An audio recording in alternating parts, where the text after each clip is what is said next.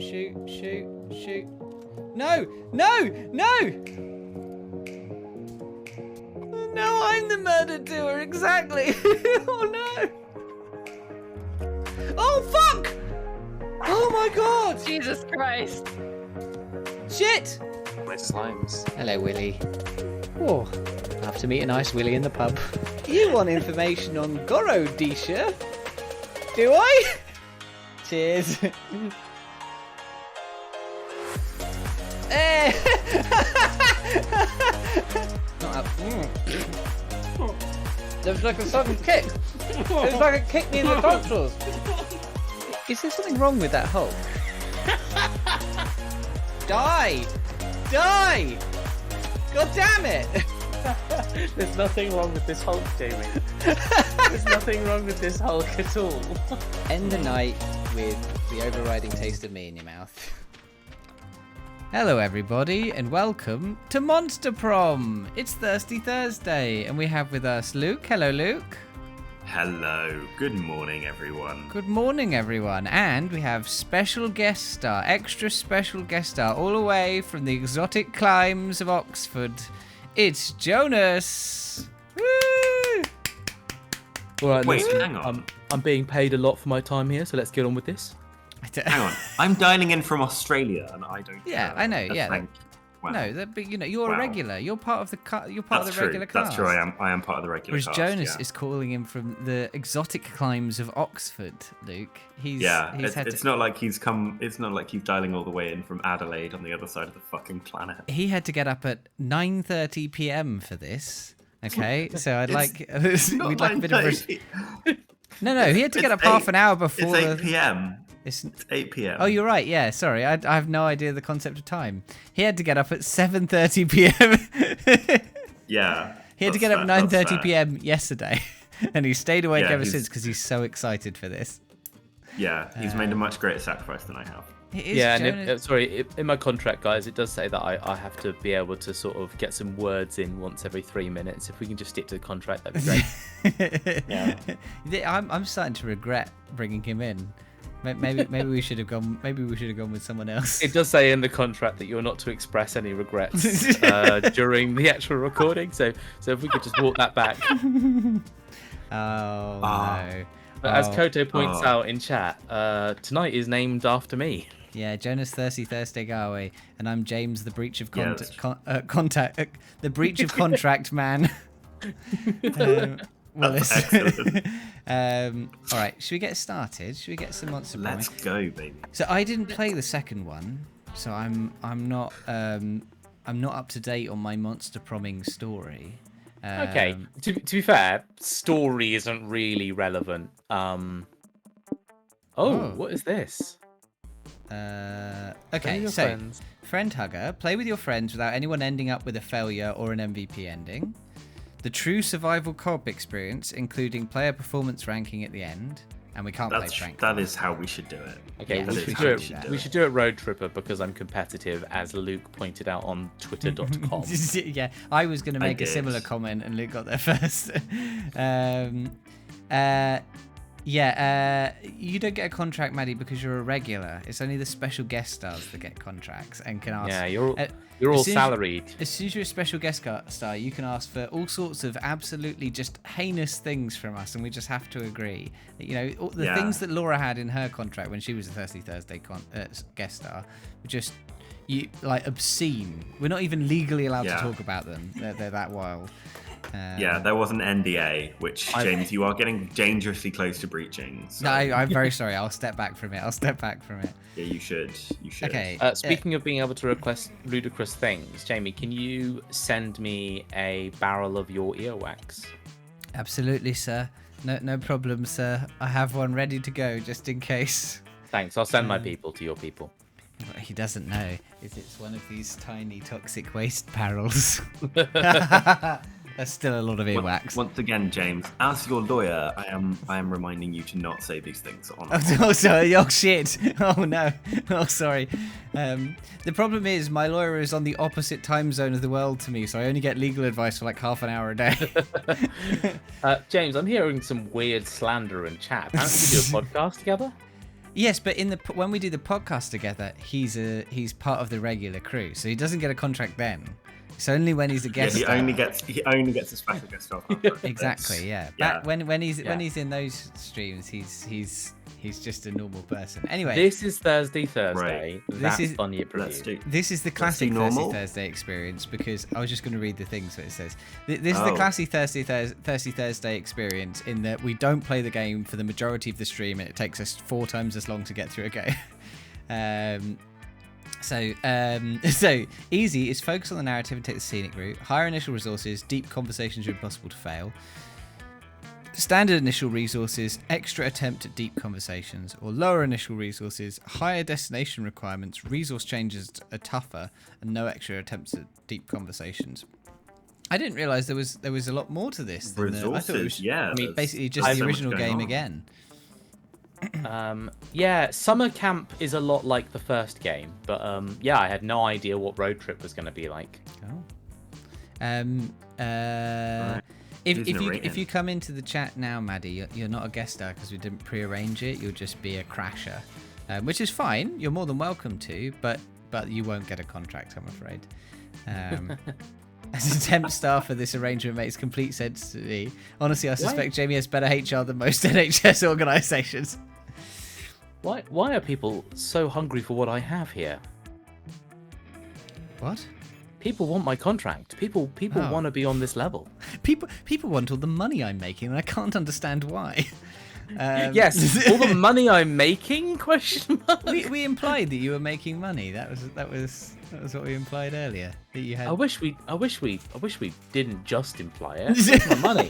Yeah, me too, Jonas. I wish I was making money from this too.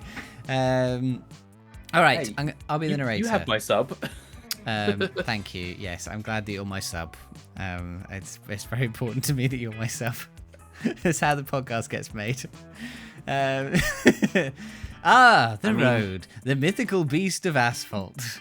We once tamed it in what became one of the strangest, most wonderful journeys of our lives. Back then, when we were young and unafraid, summer was coming to an end when Polly and Scott planned a road trip.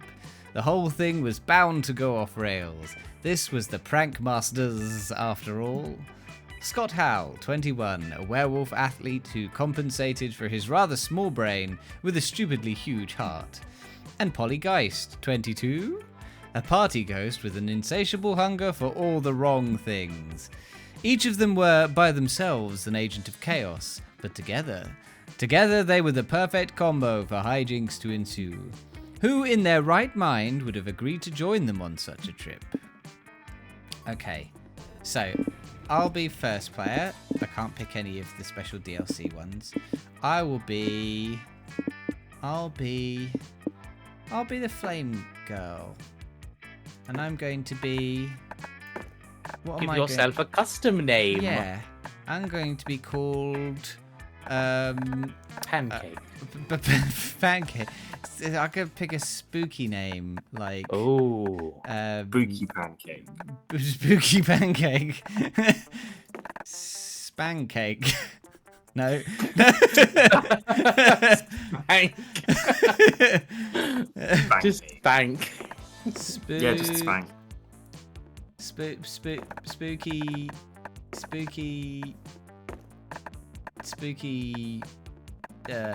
Trev. Spooky Trev. Spooky Trev. And my Trev, pronouns are they. Trev, you said spooky. I'm Spooky Trev. Spooky Spank. Right. That's Time to me. win at road tripping. Okay. Which one of you wants to go next? Luke, you get for it. Okay. Okay, Luke, can I who have will be? the little... can I have the yellow boy, please? Yellow boy. What do you want to be called? Mr. Yellow. Oh my god, he's even called Oz. That's perfect. Call me Scary Oz. Because it is Halloween. Oz. Scary Oz. Oz should be capitalized. Fine. Fucking. Scary Oz. Yeah, there we go. Yeah. There we go. And what, Yeah, what do let's you go want with your he. code to be? Okay. I go hope with I he. packed enough socks. Finally, Jonas. Okay, I'll be Greenie Zombie Blood. Greeny zombie lad. I mean, they're both quite bright zombie-y, aren't they? What do you want to be called? Call me Flesh. Just flesh. Flesh. I'm Flesh. figuring out where to go with this. Oh my god. Maddie's suggestion of mini budget is outstanding. Mini budget. Call me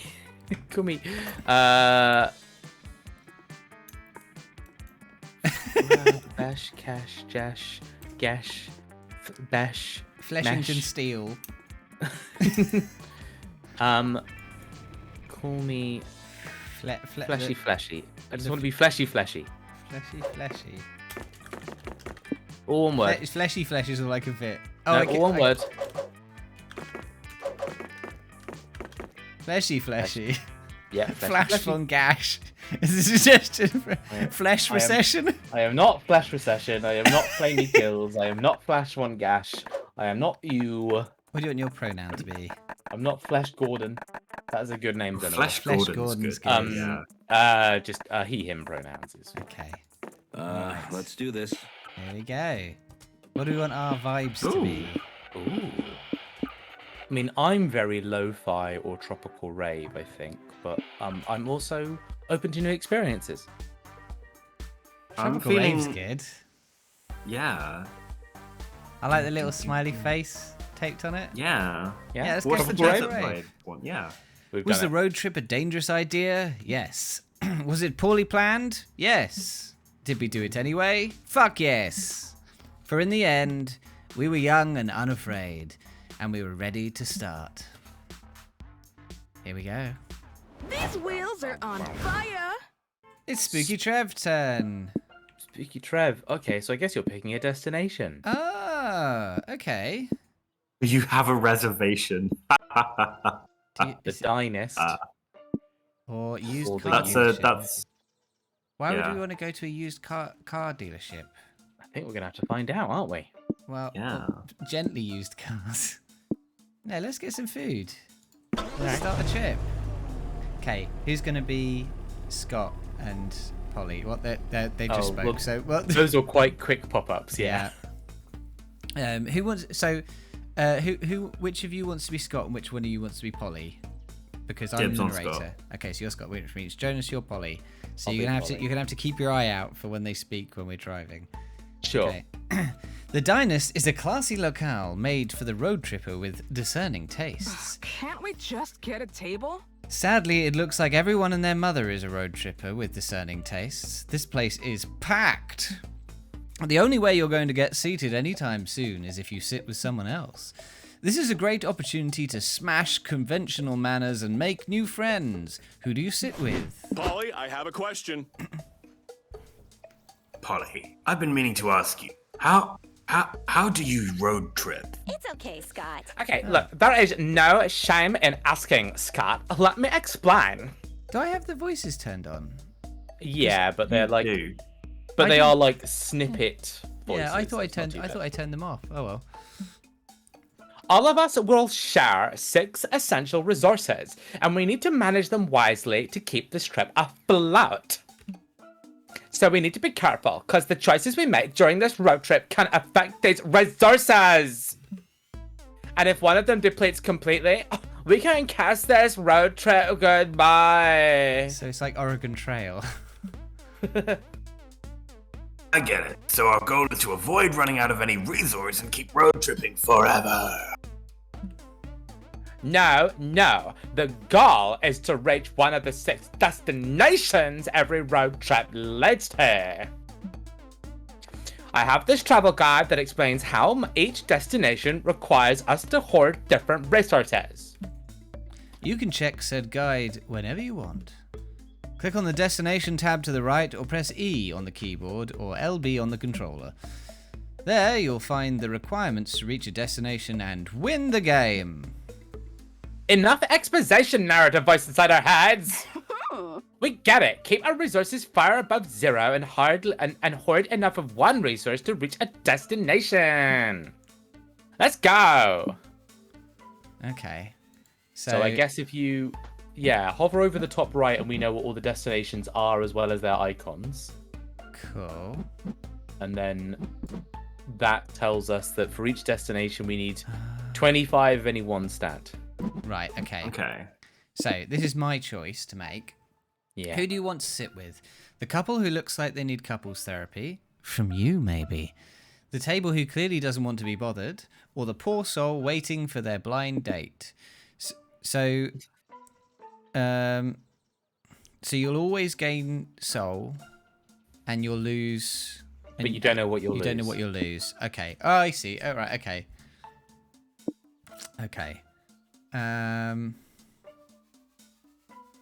Let's go for the poor soul waiting for their blind date. You all sit down with a nervous Hey, lich. bro. Hey, bro, I'm Scott. Is this seat taken? Huh? Hi, Scott. I'm Ernest the Avaricious, and that seat is actually being taken by my date. Oh, okay. When's your date getting here? Any second now, I'm sure. Her name is Mindy. We were set up by mutual friends to go on our first date today. Oh, congrats, Bill. How long have you been waiting for her to shut up? About 3 hours, but surely there's a good explanation and she's on her way, right? Would you just, give me a second to talk to my, friends, privately? Oh, sure. Definitely not rude of you to sit at my table uninvited and then exclude me from the conversation. Man. Guys, Ernest's date obviously isn't coming, and it's really bumming me out. We gotta help him. Okay, we need a plan. Let's do a huddle about it. Xenomorph says, James, I'm a little concerned that you unhesitatingly claimed the role of the nervous guy who got stood up. Yeah. Yeah, there wasn't even a conversation about it. Oh, wait. We're already doing a huddle. I'm out of ideas. Prank Masters! Don't worry, I've already got a plan. It's a wholesome prank time. We're gonna lie, but for nice reasons. Yep. Hey, Ernie, guess what? We're actually your date. All of us completely forgot to mention that until now. You're all Mindy? But I thought... Actually, you know what? This must just be modern dating culture. I'm okay with this. This is fine. So, Mindy, tell me all about you. Why does your dating profile describe you as a 36-year-old woman and not multiple young adults? I'm sure you get asked that a lot. Huh. Because, Spooky Trev, why is that again? Okay, so I can say, because this is a game show. If you can guess which of us is Mindy, you win a cash prize. And a date, I guess. Or, because we're actually all one being. Mindy is short for hive mind. I like that.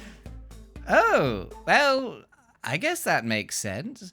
You did say some strange things when we were chatting online. Like, I can't wait for you to meet the real me. All of me. Or, one of my kinks is suppressing your free will and thoughts and bringing you into my collective. Ooh, kinky. I mean, I kind of get it. So, Mindy, what if our relationship gets more serious? Will I be expected to join the hive mind? You do you, boo. Just because we gave up any semblance of our identity and personal sparkle doesn't mean you have to. No, I want to. I'm tired of being in charge of my own decisions. God, this guy's relatable, isn't he? I was just about to say, sounds like you. I spent 59 gold bars on Uber Eats last night. I'm a wreck. Please, recruit me. Okay, if you're unsassed, are we all gonna stare deeply into each other's eyes for 3 hours without blanking? Go! You do it. You start to lose yourself in Polly, Scott, and Ernest's eyes. It's mesmerizing. So mesmerizing, in fact, that you forgot to wonder how you're maintaining eye contact with 3 different people at once. Your sense of self is slipping away. You were once 4 separate beings, but slowly you become one. You are all Mindy. We are all Mindy. Thanks for the fun date, you all say in unison as you leave. You lost 2 mind and 75% of your individuality, but at least you got +2 soul for cheering up Ernest. Aren't we going too fast? All right. Oz. Okay. So this is Lee. Lake to So get look, wet. You can go lake, let's get wet, or you can go roadside wig museum. So Oh my god, that's It just looks a like reference. we do get some indicator of how our stats Yeah. are gonna go as well. So that will get us hype, but lose us money. That will, it looks like get us hype, mind, and magic. But I guess let's like go get magic, baby. one of 3 let's options, get right? magic. Yeah, let's Yeah. get magic. Okay. Let's go to the lake. All right. Magical lake. Woohoo! Let's swim. Polly, how do you swim again? Xenomorph's like, ooh, roadside wig museum. On a hot, sunny day like this, a lake visit is the perfect way to beat the heat. Safe fun is good fun. It's also the perfect excuse to see your hot friends in swimsuits. Not that you were fantasizing about that this whole time. Nope, definitely not.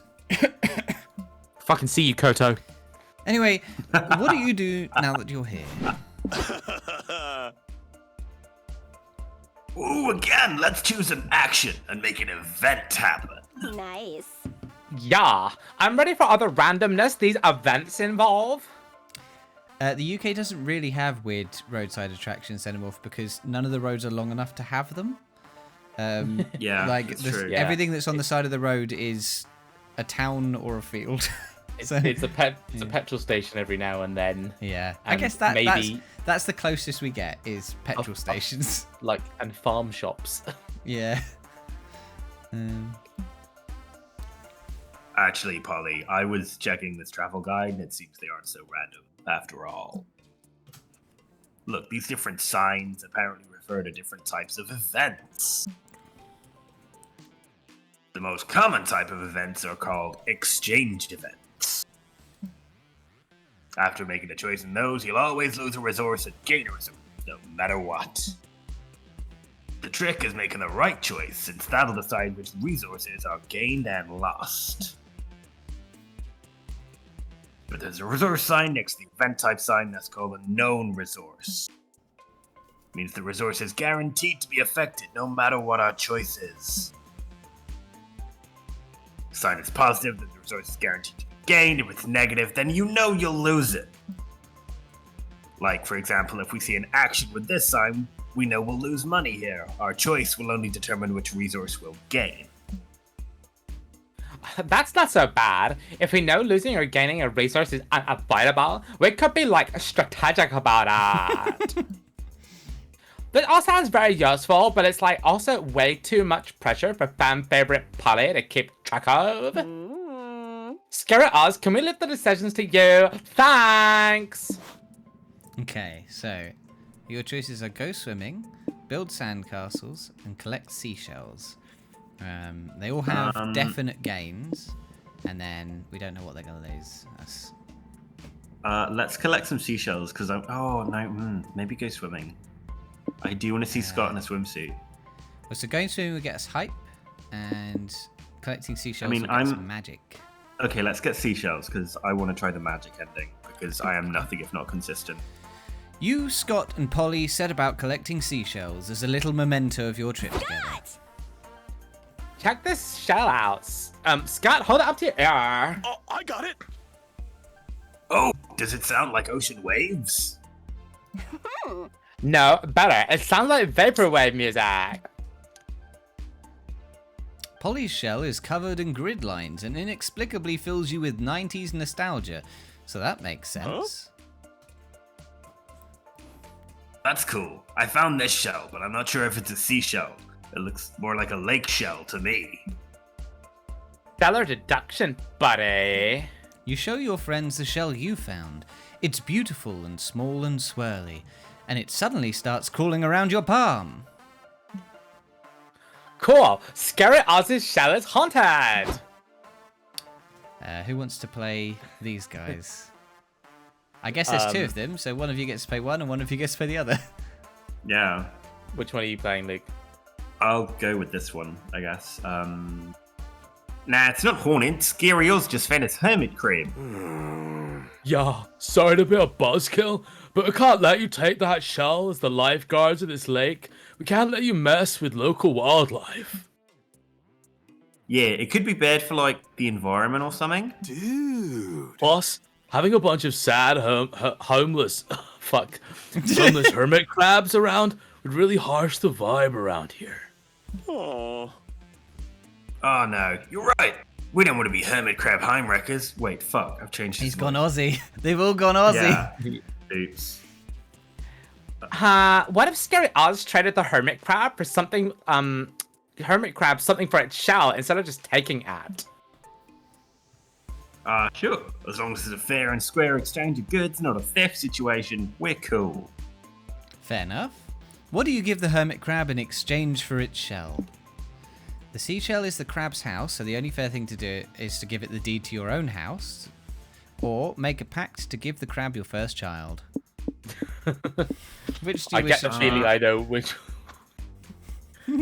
I'm gonna make a pact, obviously, to give the crab my first child. Yeah, of course. This is black magic, man. Yeah. Wow, you get the shell and you don't have to pay for birth control? Sweet doll. Sweet indeed. You get your shell, your crab gets an IOU1 baby coupon, and everyone is happy. You continue on their merry way, quickly forgetting about the whole incident. For about 8 years. By this time, you've married the love of your life and gotten a home together. You two now have a healthy, bouncing baby. You and your spouse are cuddling your little bundle of joy when you hear a quiet, yet insistent knock at the door. It's the hermit crab. What's happening, honey? Your spouse cries. Why is a hermit crab trying to take our baby out of my arms? You explain that you promised this crab your first child in exchange for its shell. It seemed like a good idea at the time. You're sure you could convince your spouse it was worth it if you just showed them the shell. But you traded it to a raccoon 3 years ago for a plate of spaghetti. Oops. Damn it, Scary Oz. This is why we're getting a divorce, you know. You're terrible at bartering. That must also be why your spouse is getting the house and everything else you own in the settlement. When will you learn? But that's years from now. All you know right now is that you lose 2 soul from your heartless decision, but gain 2 magic from the shell. Ooh, pretty. Sure. There we go. Alright, so Fleshy, you've got the choice of the biker bar or troll gas station. And the biker bar is gain hype, gain money, and lose money. And the gas station is gain magic, gain mind, and lose money. Well, as we seem to want to double down on magic, I will go to the troll gas station. Alright, here we go. I'm bored. I want something to happen now. Oh! What? Why is the car stopped? Whoa, I'm getting dizzy watching our resources go up and down. Yeah, man. Is it even possible to know what we're losing or gaining beforehand? Dang, we're doomed. Put something on the radio. We may fuck up this road trip, but at least we'll fuck it up while having some fun. Okay. Welcome to our humble radio show, where our guests give narratively convenient road trip tips. Today, we have road trip survivors Cormac S. Thompson and Hunter McCarthy. Guys, what can you share with our audience? Okay, who wants to play this guy? I'll start with this guy. Let me start by saying that the number one cause of road trip related deaths is not properly understanding how to manage resources. This is you, Luke. Yes, to dreaded 6. Most unexperienced road trippers think that they behave in arbitrary ways, but that's simply not true. When you're making choices on the road, you have to look for the little cues to infer what resource you'll be losing or gaining. Money might be the easiest one. Are you buying or renting something? Money down. Hiring someone? Money down. Doing a job or selling something? Money up. But beware! Sometimes a solution doesn't obviously involve buying something, but involves using expensive stuff you may need to rent or buy. And what about magic? The mysterious substance that fuels our cars. Magic is tricky because sometimes you'll need to use it for spells or summonings and curses. But that will mean lowering your magic and risking an empty fuel tank. And getting magic up could be quite hard. You could find a gas station, or you may need to resort to performing sacrifices or colluding with strange, powerful entities. You know, classic road trip stuff. Our time is up, fellas. Let's discuss the other resources in future episodes of everyone's favourite radio show, Convenient Exposition.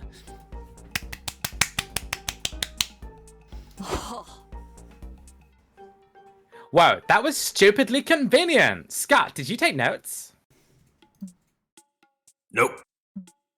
Well, I hope Flashy did, at least. Otherwise, we're truly fucked, and not in a good way. Yeah, Luke technically did presumably get to fuck someone because they had a child that they were able to give away. Well, I guess maybe adopted, but still. This gas If station... it wasn't Scott, I'm not interested. This gas station looks like it was lifted straight out of a children's storybook. Petrol. A children's storybook where the fantasy heroes drive cars, I guess, but nonetheless. Got the ice. Despite all the weird and whimsical elements, it looks like this gas station still has all the normal functions. What do? So we can fill the tank, which gains us magic. We can use the restroom, which gains us mind. Or we can go to the shop, which loses us money. Well, let's get some magic in us, which means filling the car's tank. All right. You park under the ancient Fantasyland bridge over top this gas station and go inside to pay. Hi, welcome, ye weary travellers, to the mystical petrol gas passage. How may I aid your quest today? One gasoline, please. Sure, whatever. How are you gonna pay for it? With money, of course. I had it makes the world go round, and I definitely don't want the world to stop going around. So let's keep spending. Sorry, but petrol doesn't accept money as a form of payment. What? What? But you need money. Look, at first I didn't get it either. Let me tell you, these little papers don't look like much, but they can use to get anything you want. Like, right now, I want gas, so I give you the papers, you give me the gas, then you can give the papers to someone else to get something you want. Oh! It's a magical system called economenology. Huh? Or is it economination? I think it's economy, sir. And trust me when I say that economy is meaningless to trolls. Petrol only accepts magical forms of payment, like dragon scales, or cursed lockets, or firstborn children. Let's all give away a firstborn child. Damn, too bad none of you are having a baby anytime soon, or this would be a lot easier. How else can you magically pay for this gas? So we can forfeit our fondest memory to the gas pump, or hunt down a boar to feed the gas pump, as was done for centuries before coin ever existed. I will hunt down a boar. Alright. I will not give up my fondest memories. Yeah, that would work. Do you have a wild boar? Not on hand, but luckily this highway's full of them. It's actually a huge safety hazard. Whoa, ton. Thank God you packed your medieval flails and crossbows, or this would never work. -2 stamina later, you've tracked and killed a wild boar. Okay, great. Now you just need to smear the boar's blood on your hands and faces and the gas pump. Yeah. Cool. I'm gonna do a boar's blood smoky eye. I'll recite the sacrificial incantation. Just gotta find the page in my employee ritual manual. Oh, ancient trolls, accept this blood spilled for your great hoard, and allow these travelers passage they can barely afford. And enjoy this sacrifice, old as man, old as time, old as the tedious practice of chanting in rhyme. The ground shakes, and there's a sound like the earth just let out a fart of biblical proportions. I guess that means your transaction's been accepted. Here's your magic. Have a troll-tastic day or whatever. Try not to hit any other wild boars on your way out. Leave it to me. Alright. We're doing well with the magic. Yeah. We just...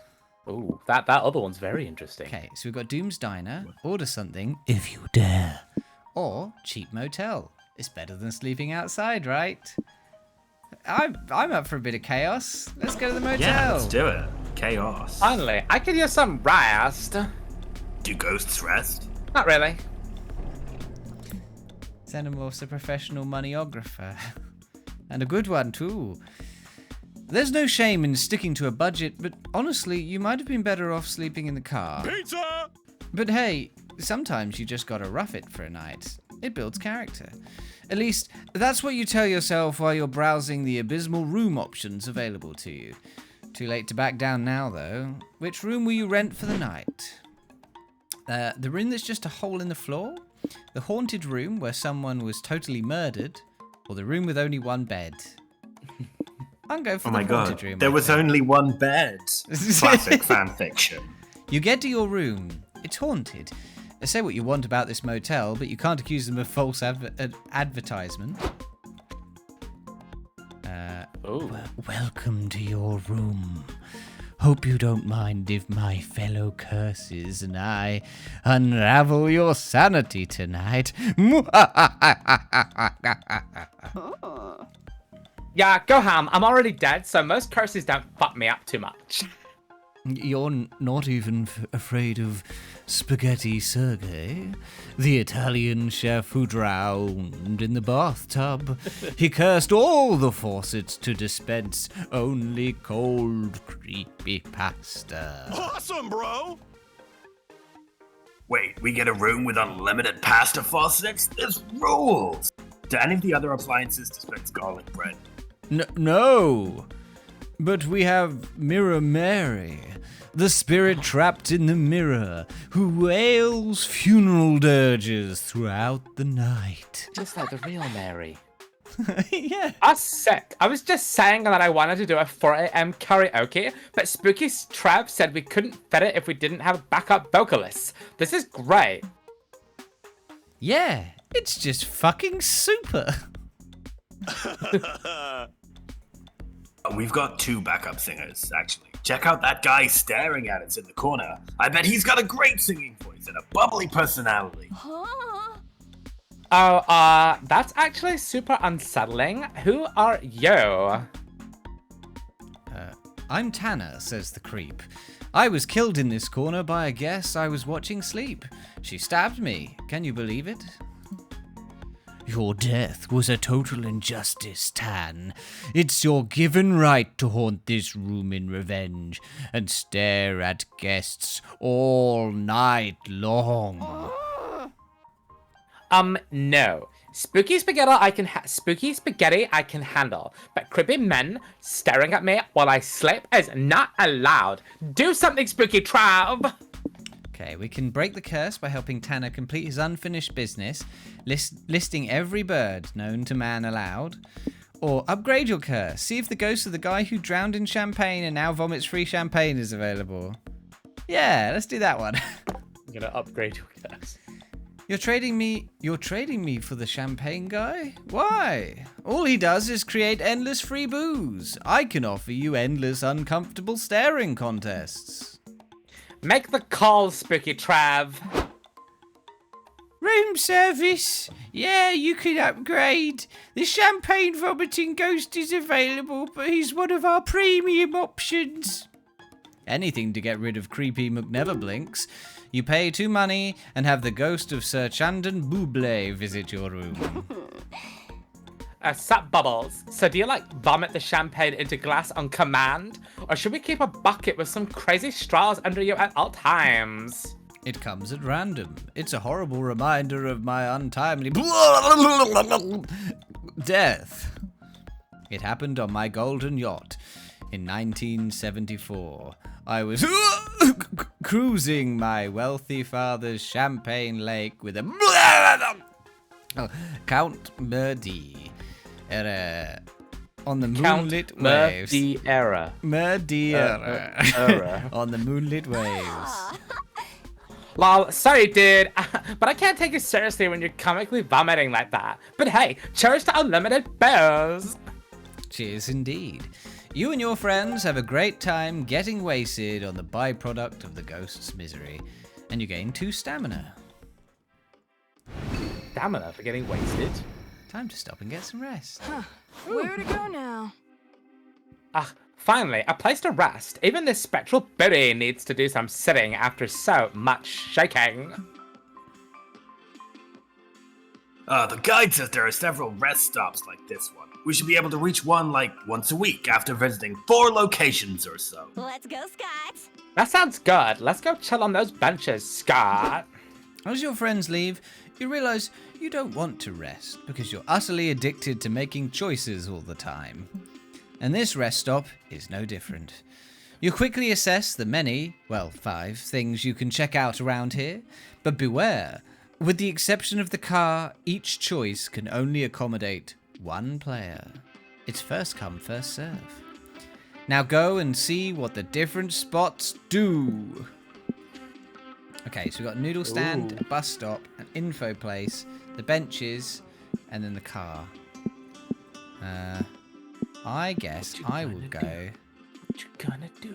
Oh, the noodle stand's trades. Yeah. I'm gonna get the bus. Just choose one thing. Where do you want to go, Luke? I'm gonna go chill in the rest area. On the benches. Yeah. All right. No beds Yeah. here. Crap. I will find out the local information. All right. None of us wanted to go to the noodle stand. Not yet, no. Ugh, so many choices. Okay, Jonas. This is the map info board where you can check a map that shows 3 potential locations nearby. Choose a location to learn how to get there. This guarantees that location will appear on your next turn. You can use the map to reach locations with convenient resources, or just locations you think look interesting. Your call. Okay, so we've got Abandoned Village, which loses a soul but can gain us hype and mind. National Park, which is a mystery, a losing mind and a losing stamina. The world's biggest potato, which gains mind, gains stamina, and an unknown one. Potato. The potato it is. You say potato, I say potato! This is going well. I'm okay. Welcome to the benches, where you can relax and talk with either Polly or Scott. The conversations you can hold with them are a chill narrative treat with no choices to be made. If you have enough conversations, you might score a date ending with one of them. Ooh. Of course. Also, by having a conversation with Polly or Scott, you'll activate the Chaotic Energy passive effect, which will remain active for the following week. What does it do exactly? Find out for yourself. Oh, Luke's gonna have chaotic energy. Now go make some small talk. Okay, I'm assuming you want to talk to Scott, but we can... Obviously. We can see their effects. Oh, this is the same effect. So resource gains and losses from locations and events are increased by 1. Ah, so it ups both the gains and the losses. Just makes everything a bit more powerful. I assume you want to talk to Scott. Obviously. Yeah. Obviously. Okay. What do you want to talk about? His habit of jogging or his love for chasing cars? Chasing cars. All right. Oh, I love chasing cars, bro. Car goes vroom! Those cars are fast, but Scott can be faster. It's absolutely Luke's I mean, skill. admittedly, I'm not faster than a car yet, Hey! but I'm sure that with enough practice, I'll get there. I believe in you. I've chased cars since Very forever. soft. I used to do it all the time with my cousins. We had rules for it and everything, That's interesting. such as Oh, I got it! the color of the car you've chased would grant you a different score, for instance. It made sense, since everyone knows orange cars are very fast, while yellow ones not so much. Have you seen those? Most yellow cars tend to be very big and carry tons of little people. That slows them down. Sorry, what? Yellow, big, filled with little people. Do you mean... Chasing a car with a funny license plate can give you special bonus points, too. We had such a great time chasing cars together. My cousins can be fun and nice when they forget to be not nice. We used to say that we should look into car companies to find a sponsor so we could turn chalk chasing into an official sport. Who would have thought I'd end up on a road trip? In a car, no less! Life can really be strange that way, huh? I agree. Totally. One day you're spending most of your life chasing cars, the next day you're inside a car, chasing life. Hey. How deep? I guess this is what Coach calls growing up. Maybe. Haha, maybe. Chaotic energy. Whenever the prank masters go, hijinks ensue. Can you handle the consequences of their mess? Next week, all resource gains and losses from events will be increased by 1. Let's chill. Okay, this is the bus stop. You can either check for hitchhikers to pick up, or have a conversation with the one that's already riding with you. Conversations are a chill narrative treat with no choices to be made. If you hold enough conversations with the same hitchhiker, you might score a date ending. Additionally, each time someone has a conversation with a hitchhiker, their passive effect is triggered. As you play, you'll learn what each character's passive effect does. Exciting! You can only have one hitchhiker at a time. If you pick up a new one, any prior hitchhiker will leave into the dark of the night. So you've got Zoe or Valerie. 2 random resources swap with each other, or next time you barter with Noodles, you'll gain 1 extra resource. Well, to stay true to form, I'm going to pick the cat girl, but also because that effect sounds more useful. Right. You invite Valerie to join your road trip. Sure, I could use a few Who wants to stooges play for Valerie? my scams. Sure, I'll tag along. I've been meaning to take my shop on the road. Okay. Get ready to take on the road. Okay. Magic is in the lead as a destination progress. As it should be. Week 2. I can do it. Scary Oz. Okie doke. So we have Cryptic Tech Company, which has 2 money gains, testing the limits of tech and ethics. Or Farm, which gains a soul. It ain't much, but it's honest work. Luke, this is your choice. Okay. Which one do you think most likely might have a money option? Money, magic. I think I might actually go for the farm and maybe try and actually. Oh no, we're low on mind and money, so Yeah.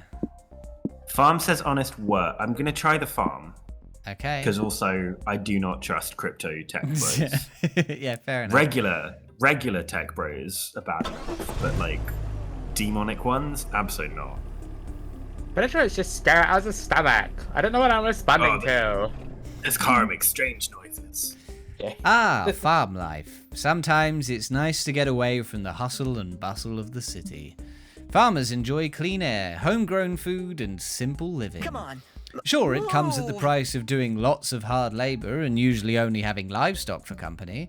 But fuck it. Today you're all about that cottagecore life. What part of the farm do you want to see first? Ooh. Hey, wait a second. This event type sign looks no. Oh! Yeah, according to the travel guide, that sign means this is a quantities event. They work a lot like exchange events. We always lose and gain equivalent amounts of resources, and we have to guess which resources are tied to each option. Okay. Did that not come through?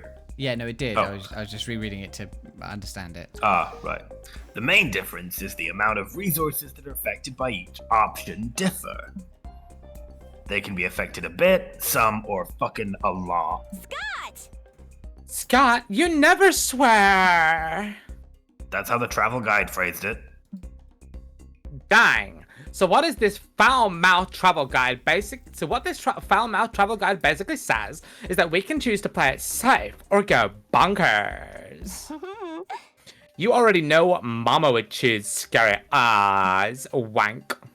But this one is up to you, Bill. Go for it. Wank. Wank. Okay. So, we can go crops, which is mystery. We can go cows, which is soul, or we can go crows, which is mystery, and it has this special event type. Crows. Well, it's Luke's choice. Yeah, but Luke. What are you going for, Luke? Crows. Crows. Yeah, I'm gonna choose crows. I'm like, oh, maybe we should get some more money, but like, crows. I really love crows, guys. Well, we don't. This could be money. We don't know. There's no surefire money option up there, so. That's true. I feel like crops is probably money, but let's get crows. Let's get crows. You and your friends wander the farm for a little bit when you run into its owner. Oh, hello there. My name's Jacqueline. What brings you to my farm? Howdy. Hi, Jacqueline. I'm Scott, and these are my friends Polly and Scary Oz. We're on a road trip, and we saw the farm and thought, let's check it out. How fun! So do you frequently trespass on strangers' property while you're road tripping? We don't just trespass, we also meddle. We saw your crops being totally ravaged by crows. I thought we could scout them up or something. It not the voice, but the look does remind me of Maddie, yeah. Yeah. It does have vibes, Yeah. Could you? That would be so nice. I built a scarecrow to protect my crops a few weeks ago, but the crows weren't even scared one bit. They're immune to all my pesticides. They bribed the sniper I hired to guard the crops. They disarmed my anti-crow force fields. These birds are ruthless. I don't have time to be thwarting crow plots all the time. Running a farm is a lot of work. I still have so much fishing and mining to get done. Yeah, it is a Stardew reference. Speaking of which, is it already 2:00? I need to sell my artisanal jellies before the farmer's market closes. I'll be right back. Sounds like Jacqueline has a lot on her plate. Let's surprise her by getting rid of all the crows before she gets back. Okay, how are we gonna do that? Lol, beats me. But I'm pretty sure Scary Oz has got an idea, don't you, Bill? Okay, we can say, fear isn't Crow's biggest issue nowadays. It's social awkwardness. Corner the farming market by building the first embarrass crow. Or get some props to disguise the scarecrow as one of the crow's exes, so the whole gang will avoid the vicinity in fear of a touchy situation. Or get inside the crow's minds. Arrange a series of focus groups with some crows in order to crowsource the scariest scarecrow ever made. So the the first one is a small, it will buff and lose a small amounts, second one middle, and the third one loads. Which one do you want, Lig? Ooh. Props sounds like it'll probably be money. Yeah. Fuck it, let's get inside their minds. You want to go the fuckloads first? Yeah, on the right? Okay. yeah. Let's do it. We're putting together a focus group sounds kind of like a chore, but if it'll help Jacqueline, I guess it's worth it. You lose 2 hype and 2 money advertising your focus group shit. and offering incentives to participants to join, like free shiny rocks for everyone. 10 crows join your group. Hello. Good morning, participants. I'm Dr. Corvemeister, Marketing Executive of Crow Masters Products. Oh! And I'm Crow Scott. Caw! That means hey bro in Crow. So tell us, how do you as crows and consumers of our brand feel about scarecrows? Scarecrows are boring, calls one participant. Scarecrows are stupid, says another. Crow has evolved sufficient intelligence to understand Scarecrow not a legitimate threat. Caw, says a third crow, who's using a metal tool to flip you off. Oh, Caw, what would you see? Oh, shit. So, Caw, what would you see as a legitimate threat? Fuck, why is he Cockney? He's got me now. Being cat's now scary. No like flying into plate glass doors. I'm scared of ocean. So vast, so unexplored. What horrible aberrations, forgotten by God, live in those murky depths. Okay, Coco, thanks for the input. We will definitely not put any of the scary stuff you just mentioned into our next product. I didn't realize it, but yes, I was doing the "Don't hug me, I'm scared" duck voice. Yes, I noticed you doing that. Wink. I mean, caw. With the There we two go, he's minds no you longer gain Cockney. from your market research, you build the world's perfect scarecrow. When Jacqueline returns, you unveil your creation. A scarecrow with a head like a cat's and a body like a kraken, holding 8 huge panes of glass in its tentacles that spins really fast. I love it! When the crows see your scarecrow, they fly off looking terrified and a bit betrayed. But fuck their feelings. Helping Jacqueline has granted you 2 soul. It's my turn again. I get the rest. Right, mind and let's soul. take a brief break because I wanna get some water because all this talking's gonna hurt me throat. And it's halfway through. I need a cup of tea. But stick around, pals. We'll be right back after we. Oh, there's a rave or a big potato. Yeah, it's my big The potato. potato's the one that that Jonas chose. All right, Oh, sick. Nice. we'll be back in a moment, guys. See you in a bit. All right, I'm gonna get some tea. This is how the pros do it. Oh no! No, no, no, no. No, no, no, no, no, no, no. I was not. Just trying to get a rifle.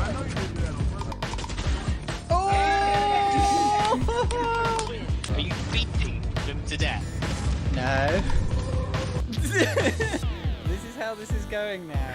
This is how this game is played now.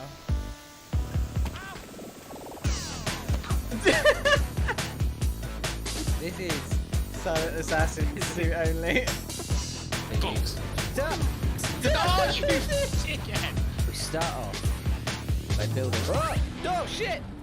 Right, that's a good start. Oh shit! Oh my god! What? Oh. Run! Run! Oh my god! What is it with this game? I see what you mean by eagles. Oh shit! Oh, why do I not learn from my mistakes? Why do I never learn from my mistakes? Finally understand how autopilot works. Please don't accelerate me into the planet. Oh, shit. Oh! Jesus Christ! What? No! I lost the sight! No! What happened there? I don't want to talk about it, Jamie. Can I have my fishing rod, please? With my.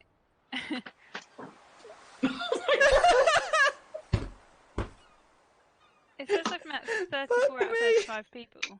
But I've met Right. Are we ready? No, apparently not. Yeah.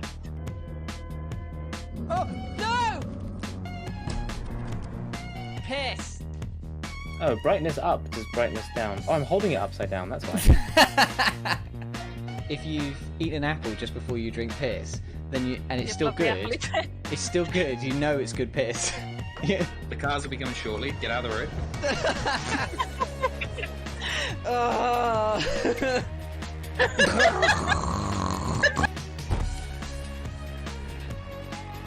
Oh, no. I forgot that. How do you know the key for that? Like thing.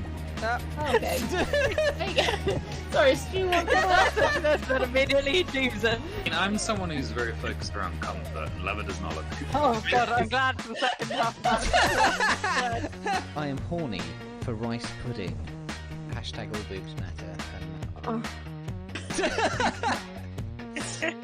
So this is launch rocket. Oh! Oh my god, we're gonna die again! I've never been sucked so many times in one session. You don't have to be gay to examine the hit points of a nutsack. We're going to take a brief break to fix this. Hammering away at those rocks. Oh, hey laddie, I'm Scotland. You see someone wearing that little purple logo and you know there's pussy about. Tom's souffle is collapsed and so he's shanked David in a bit of rage. My YouTube apology will be up tomorrow. Fully monetized, 46 minutes. 18 ad breaks. You got to make some money somehow. The spirits must be cleansed. Someone eating at their station? No. Wildlife in this game is mental.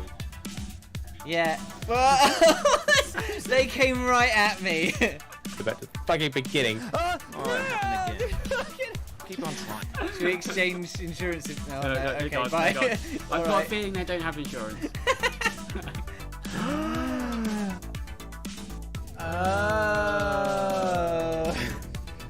Oh! Yeah. Fucking hell. Problem solved. Oh, her. Okay. Oh! Mr. Oh! You Nope. You literally punched her. Oh my. Package. What happened? Did they touch? Ghostbusters? Oh, there's another dude in me. In me. When it said 35C there, and I was like, 35 Celsius? That's fucking warm. No! No! No! We see the light. No. all the rooms are 35 Celsius. I was so... Why? Just for science.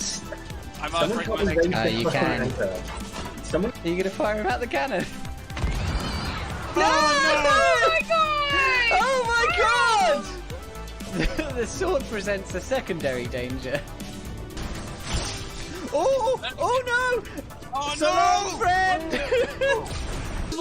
Why would that be a selling point? It's Who walked in exclusively there? to lizard people.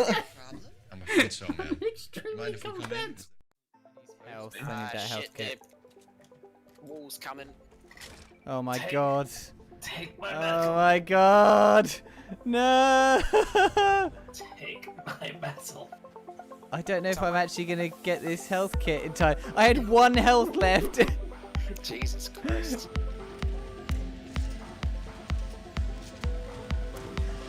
One kill. Oh, watch out! One kill. Amazing. And you got a screenshot as well from that. You can never have too few guns in a gunfight. You can never have too few guns. What about 0 guns? That's too few guns in a gunfight. That is definitely too few guns. You can never have more. Well, I died. Oh, drum roll. It barely started, I'm already getting murdered. Hello everybody and welcome back. And here we are on our road trip. Hell is real, says this sign.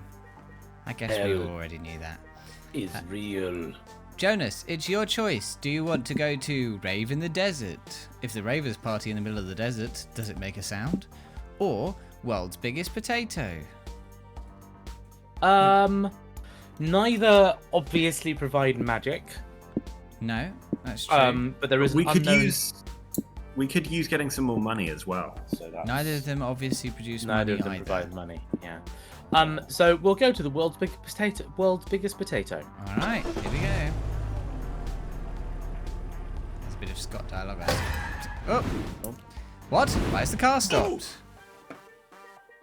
Hey, Pauline, look what time it is. Oh, fuck yeah! Put the radio on, flashy. Welcome back to Convenient Exposition, the radio show where all our guests give narratively convenient road trip tips. Mr. Thompson, Mr. McCarthy, what can you tell us about the mysterious resource known as stamina? Ah, stamina. The fuel for our bodies. Yum. Getting stamina up is simple. Eat stuff. Stay hydrated. Get some rest. This is important since arduous activities such as exercising or having intercourse will eat up your stamina. Throwing your food away or using it in ways that don't involve eating it will also lower your stamina. Cormac, something you said about stamina reminded me of mind. It takes an experienced road tripper to differentiate how resting raises your stamina, but relaxing raises your mind. You're spot on, Hunter. A strong, relaxed mind can save you from succumbing to road madness and to what this day I suspect is an ancient deity preying on mortal psyches. The first time he did the voice, I thought he was Scouse. But yes, he is Welsh, isn't he? He is Welsh, yeah. Relaxing and finding enlightenment will keep your mind up, and so will strengthening your brain by learning new things. But if you overtax your brain, you may actually risk lowering your mind. Anything that strains your brain can result in mind loss, from trying to comprehend the incomprehensible to getting an anxiety-inducing situation. You betcha, says the radio host. Even thinking a lot for too long, like myself after this very edifying rumination, which is why we'll stop this episode right here. Cormac S. Thompson and Hunter McCarthy, everyone.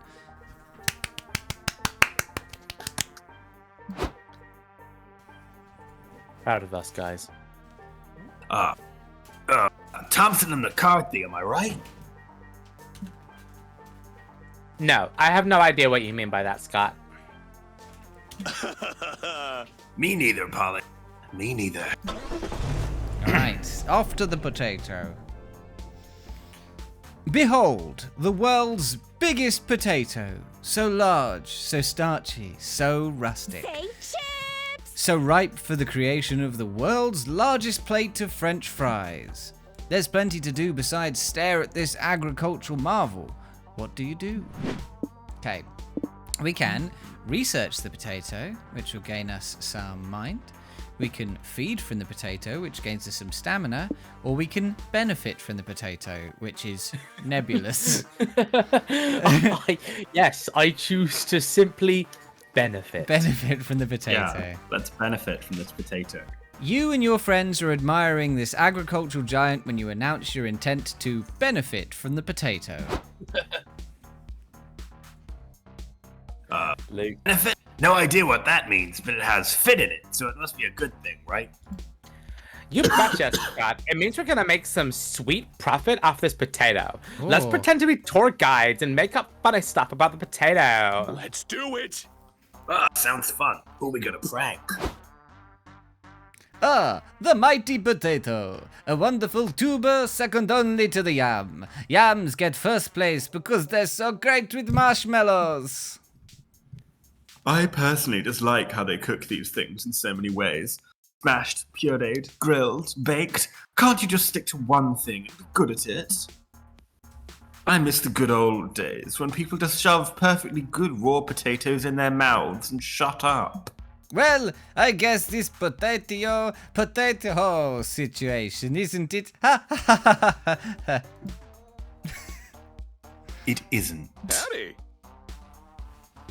Oh, hi, Coach. Hi, Camp Director Miss Weaving. What are you guys doing here? Oh, not much. Just enjoying one of the only weeks of my life when I don't have to hear anyone call me Camp Director. Yourself? We're volunteer tour guides to the big potato. I'm getting internship credit for it. I was thinking about majoring in French fries with color. That's great, kiddo. Never stop setting your goals for yourself. I have no idea where this man is from. Yep. Want to hear a cool potato fact? A potato this size could have stopped the Irish famine. Well, maybe not stopped, but it would have at least slowed it down a little bit. I got it! Here's one. Potatoes only grow underground, except for this one, I guess, since it's above. That's what makes the big potato so special. That is very true, Koto. Very true. Mr. Howell, has it occurred to you that perhaps they simply dug the potato out of the ground so that we could see it? Holy shit. Okay, Fleshy. I'm passing the ball to you. While Scott hits the bench. Give me a real slam dunk of a potato fact.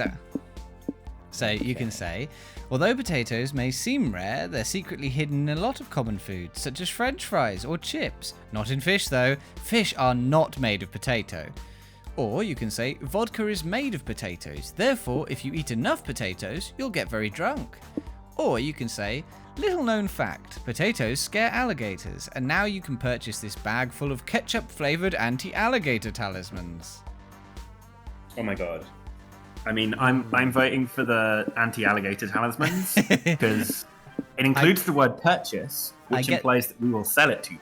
I get the feeling And the we get extreme money. one is going to be the one that at least me and Luke want every single time. Yeah, I'm going for the potato scare alligators. Okay. Yeah, it's unanimous. That's... wow.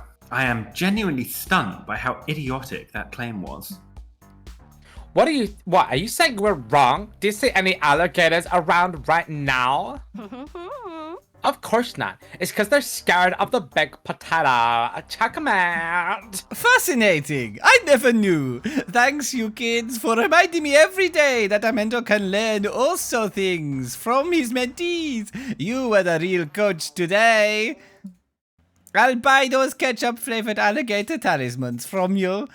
I'll always support your passions, and you never know when you'll face some hungry alligators. You gain 2 money and 2 hype for your great profitable prank, but you lose 2 stamina for giving away your chips. You also lose 2 soul for taking advantage of Coach. Or did you take advantage of him a few days later? I can't believe we were being chased by hungry alligators at the world's lowest security alligator farm. What are the odds? Don't worry, Coach. I have a pistol in my purse. You run for home. I'll light the bastards up. Look at her face. She's amazing. No way am I leaving a soldier behind. I have these anti-alligator talismans with me. I told you they would come in handy. Miss Weaving shoots at the alligators and Coach throws potato chips everywhere. The gators retreat. Whew, thank goodness we're safe. Indeed. We're so lucky I kept us anti-alligator talismans all this time. What? No, it was the gun that saved us. The gators retreated because I shot at them. Well, I guess this potato gonato situation, isn't it? I swear to God, if you make that joke one more time. Jamie, I'm going to propose something a bit ludicrous here. I think you fucking butchered that line. I think. Okay, he may have butchered the line, but at least point Coach of- and Miss Weaving weren't butchered by alligators. That's true, yes. Incomprehensible. It really was. Move, losers. That's better. That's professional. Thank you. Look, I thought I gave some real character to the situation. Okay, so we can go to the gift shop, which can earn us money, lose us money, or mystery. Or we can go to the secret government lab, which can earn a soul, or lose us mind. So secret, you can find it on a road trip. I want to go to the secret government lab. Yeah, fair enough. Do it. They wouldn't let me take a bite of the potato. Maybe next time, buddy. Are you a government conspiracy theorist? Well, you're about to be. Science! Welcome to the secret government laboratory, where all your favorite politicians order their scientists to play God. There are grisly experiments, mutated creatures, and crimes against monstrosity galore. What catches your interest? Scientific tests gone horribly wrong? Check out Weird Cloudy Tank with the menacing silhouette, or Weird Forbidden Experiments. We're kind of fine on mind at the moment, so I might lose a bit of that. Because we know we're going to lose that. Weird Forbidden is good. Yeah. Yeah, Weird Forbidden Experiments is a great time. You're engaging in your favorite pastime of touching shit you're not supposed to when you come across a cage of uncomfortably sexy rats. Squeak. Whoa, check out the pecs on those rats. How many reps a day do you do, little bros? Huh? This clipboard says the rats are part of a gene isolation experiment. The scientists have isolated the sexy gene and pumped these rats full of it. That's so cruel. They're forcing these poor innocent rats to take sexy drugs. They could be giving those they could be giving those drugs to sexy consenting adults like me. I hate animal testing. They did all sorts of tests on me in school, like math and science. Xenomorph asks, why is one of the rats a Nazi? They're all Nazi. JoJo. They're all JoJo characters. Not cool. Oh shit, they are. It's messed up to force a rat or a wolf man to learn geometry. The rats sadly flex their biceps and sniff their hormone-filled food. The food is also inexplicably sexy. This is a godless place. You lose 3 minds. Do you guys think we can help the rats without the scientists knowing? There's gotta be some way to make them happier. Hello, Keb. Prank Masters! Good idea. It's time for the prank masters to put on their wholesome hats and use practical jokes to better the lives of others. Lame. This clipboard also has the experiment schedule. Today after lunch, the rats are scheduled for I speculate plus P90X. Lame. Spooky Trav, do you have any suggestions for more enriching experiments for these little guys? Okay, analysis of the rats' tolerance to having all of their wishes granted by scientists, or analysis of the rats' reaction to Polly and Scott receiving $1,000. So one's obviously going to give us big money, but could the other one give us magic? Yeah, I'm gonna go for that. Yeah, or I think it might be soul. It might for be that one. soul. But I'm might gonna, be go That for, might be soul. I'm gonna go for it anyway. Nice. Not too bad.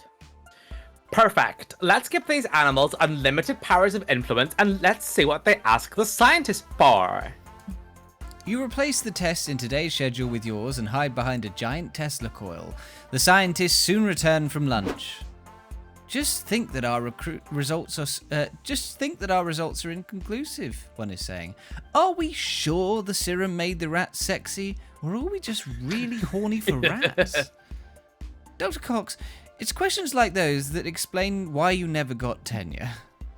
Wait, who scheduled this test for today? Grant the rats all their wishes. Is that even an experiment? Well, we can't know for sure, and it isn't until we try it. That's the purpose of science, to answer questions nobody even bothered to ask. The scientists bust ass making animal-to-speech helmets for the rats that allow them to voice their wishes. Well, guys, they ask, what do you desire? Cheese. Want. Cheese. Okay, here you go. The rats eat the cheese. Then there's a long pause while the gears in their dumb little rat brains start turning. They're realizing the power they now wield. Want 2-bedroom condo in Monaco. Want reparations paid out to all rats for harmful stereotyping as a result of the Black Plague. Want teeth, screams a rat in a cage in the back of the room. Teeth! Teeth! Teeth! Teeth. Teeth! Teeth! Teeth! Anything for you, my darlings, weeps Dr. Cox, who's already got a pair of pliers in his mouth. Anything for science. Teaching these rats how to demand anything they want was good, you hope? You gain 3 soul for helping them anyway. Come on. Remember your driving Well, there we go. Well, we're going to be very soulful and magical by the end of this. So, Luke, you can go to Casino, where everything is random, and your chances are you're gonna have a fun time. Or you can go to Dungeon, Slay, Loot, Repeat, where you can gain soul, mind, and something random. Ooh. I like how you just randomly circled the little thing in the middle with your mouse. Yeah, I'm let's just dancing to the music. do the casino. Casino it is. Yeah. Luke, they're so unlike you. Man, it'd be great if something random happened right now. What? Why is the car stopped? What? Scott, turn the radio on. A convenient exposition has started already. We can't mess up. Roger. Mr. Thompson, what were you telling us about hype again? Yes, let me repeat. Anything that makes you rejoice to your core will get your hype up. That includes laughing out loud, doing thrill-seeking stuff, or going to town, if you know what I mean, or wink. I like keeping my hype strong and vigorous. That's why I avoid all the stuff that will lower my hype. Like doing boring stuff, mingling with dull or annoying people, or choosing mundane solutions over epic ones. Amen. Speaking of boring stuff, do you know what else is boring? Being a good person. But sometimes you need to be if you want to keep your soul up. Ah, yeah. Why do we need to have souls anyway? Beats me. At least soul is quite easy to manage. Doing good deeds, soul up. Being your worst self, soul down. So remember, kids, don't underestimate the power of keeping strangers while you're on helping strangers while you're on the road. You gotta keep your soul healthy and clean. Amazing, simply amazing. Your tips have been extremely helpful and incredibly expositive. You've provided a great tutorial for anyone who aims to have a successful road trip. Cormac S. Thompson and Hunter McCarthy, everyone.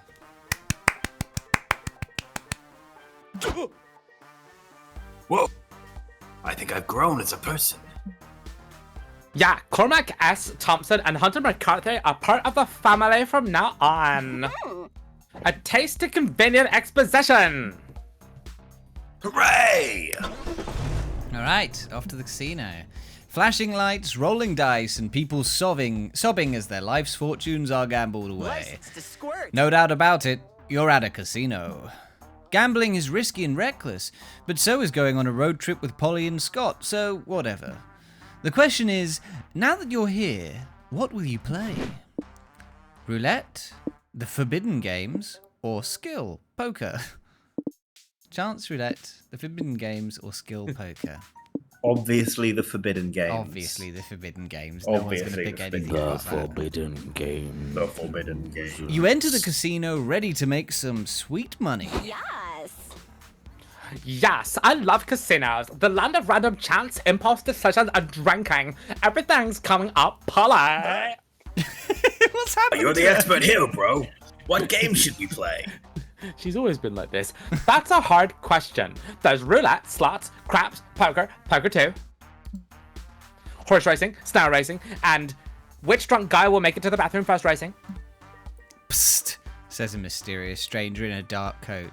If you're looking for a real gambling thrill, have you ever tried the Forbidden Games? Games.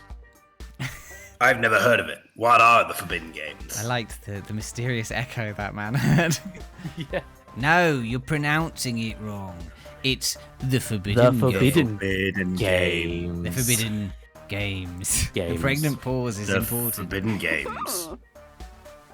We're in. I love doing shady shit that requires a specific pronunciation. The stranger leads you to the back of the casino where a bouncer stands next to a curtain. He does a strange gesture and the bouncer pulls the curtain aside. You're led down a dark hallway and then you pass the kitchen. Then you pass what appears to be an illegal boxing ring filled with brawny fighters. Then you pass a room filled with people in cages. They're all sobbing. Never make a deal with the small green creature with tentacles.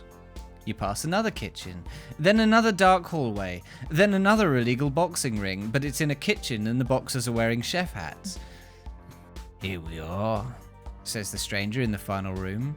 Welcome to the Forbidden Games. Forbidden Games. Wow, this place is really damn dusty and smells like bad decisions. Awesome! The Forbidden Games. Forbidden Games. Room is filled with tables around which sketchy, scarred-up people sit, playing inscrutable card games and flashing knives. This doesn't seem safe, but it was a long walk to get here, and you need a breather before you go back, so you might as well pick something to play. So we can play the extremely strange table. where they play a game that seems to be riddled with obscure rules and little sense, or the Lenny gambling table, where people gamble obscene amounts of money on all kinds of things around this random dude Lenny's life without him even knowing. So, Luke, which would you rather go to? The table full of obscure rules that make little sense, or the table where you can gamble on this man Lenny's life? Okay. What would Lenny... Oh, shit. I don't know. What would Lenny do? I kind of like the idea of the weird, strange table. I think I'm going to go with the weird, strange game table, though Lenny gambling is very, Lenny gambling, fuck it, let's gamble on Lenny. Okay. Surrounding the table are several screens, all broadcasting different locales where one guy, Lenny, seems to frequently visit. There are cameras at a park, in a metro station, in a diner, in an office cubicle, in a bedroom, in a bathroom. This seems really invasive, but hey, I came here to gamble, not question anybody's morals. $5 says Lenny's late for work. Lenny's alarm clock goes off, but he sleeps through it. And he's over an hour late. Point to Polly. Lenny's getting a sandwich for lunch now, says the croupier. Do I hear any bets that he'll put ketchup on his sandwich? Ooh, I bet he'll accidentally put the ketchup on his penis instead. Lenny puts mustard on his sandwich, to everyone's chagrin. But you get it now. The riskier, less likely the event you bet on, the bigger the payout if it happens. Someone wins $1,500 on a winning bet that Lenny will lose his job. Another gets $20,000 betting that he'll sell his gaming console to pay the rent. I'm sick of you, Lenny, Lenny's husband says on screen. You have no drive, no ambition. I want a divorce. Damn, this just got interesting. I'll put money down on Lenny's ex-husband getting custody of the dog. Oh. No, not Captain Woof Woof. He doesn't deserve to grow up in a broken home. Oh, Scott's face. If risky bets are what pays, then you've got one. You bet 3 money that Lenny will find love again and turn out okay. You watch Lenny lose his house, his money, and even Captain Woof Woof in the divorce. He goes to the park to eat a sad hot dog. So today's the day you try ketchup, you fucker! Ah! You watch Lenny drop his hot dog on himself, smearing ketchup over his last good suit, and burst into tears. Then, a tall man with an elegant mustache offers Lenny a silk hanky. I thought you might need this, he says. Handsome. The man who bet on Lenny finding love again wins, the croupier says, passing you 3 money. Hooray! You won the forbidden games with 2 soul, the least likely outcome of them all. Well, there we go. All right, so we didn't lose money and we gained soul. Nice. Nice. Choose one We thing. gained 1 money. You can do it. All right. Okay. So, Luke, you're up first. You get to pick where to go. Obviously the rest area. All right. Yeah. Yes, there it is. I'm going to fuck that werewolf. We just have to Fleshy. give Scott to Luke. So, As a sacrifice. Cat Lady gives us apparently a bonus for going to Noodle Stand. Yeah. But we have to talk to Cat Lady first, don't No, we? we have it now at the moment. Yeah, we've got her. I'll try Noodle Stand. Okie doke. Quick break, then And I'll back go on the talk to road. Cat Lady. Because I think it's a conversation bonus, so I think you have to talk to her first. So many choices. Okay, well, maybe. Welcome to the bartering stand, where you can barter with little trinkets and manage your resources a bit. Each trinket is tied to a resource. You'll lose the resource tied to the trinket you give away, and gain the resource tied to the trinket you take. Also, Noodles is here, but I don't know if that's a good thing. The desert is my home. Okay, who wants to be Noodles? I swear, Sergey, I'll have your money soon. I just need more. It's just you. Please ignore that outburst. Are you here to make a trade? Okay. So, we have a gas canister, Scott Snacks, the sequel to an erotic fanfic about dragons, and how to road trip the book. Okay, I hand over the fanfic about dragons. Okay. Yeah. And you can get the new and improved multiplication table, instant noodles, enchanted guitar that can only play Wonderwall, or mind control lessons? I think mind control lessons. Come on, turtles! Okay. Yeah, so our hype went down and our magic went up. Nice. Nice. Enjoy your purchase and remember the first rule of Shop Club. No refunds? Let's do a little dance. Oh, it's actually never wear underwear on Wednesdays, but that's a good rule too. Is this going Okay. well? I'm okay. I'm assuming you want to talk to Scott. Obviously. You want to talk about his sports team or his snacks? Scott Snacks. Scott Snacks! Woo! Ah, yeah, Scott Snacks. I went full wolf one night, and I remember very little, but I know this much. I befriended some Japanese businessmen who turned me into a snack. They offered me a royalty to use my likeness. But since I have no idea what a royalty or a likeness is, I asked them for a lifetime supply of Scots instead. And they said yes! Pretty nice. Oh, sweet. Hey. If you ask me, I think I won at negotiation. I feel a bit bad for that, so I still sometimes buy some Scott Snacks with my money too, so I can support them. Bro! They're my bros, after all! You know, for a time, I thought that whole thing was like a rite of passage. Like, everyone eventually goes from boy to snack and eventually man. Yeah. It turns out this is not true. It should be, though. Yeah. Yeah, that checks out. I'm gonna tab into the Twitch chat and find that Koto. But I still came up with the snacks some of my friends would be. Want to hear some of them? Sure. Yes, please. Miranda snacks. They are made of fancy stuff like caviar and truffle. They are a privilege to eat. Vera snacks. Coffee-flavored buns filled with snake poison. A strong outside and an even stronger inside. Polly snacks. They're one of Polly's favorite snacks. That flower-looking stuff she calls nose Ken. So good, it's downright addictive. What do you think? These are very good and on point. Liam helped me come up with the funny slogans. He's very clever. One day you and I could brainstorm what scary our snacks might be. What do you Good think? idea. I'd love that, honestly. Hooray! You sit around a bit more in silence, stargazing. You think to yourself that, in the end, Scott definitely managed to go from boy to snack. I was waiting for that pun, but I was waiting for it from chat. Right. I'm going to talk to her about her life behind the shop. I think you were Valerie, Luke. My life beyond my shop? What sort of weird topic is that? Yeah, I mean, in school everyone knows you as the one who sells just about everything. It's so cool that sometimes it feels like you get overshadowed by your role as shopkeeper.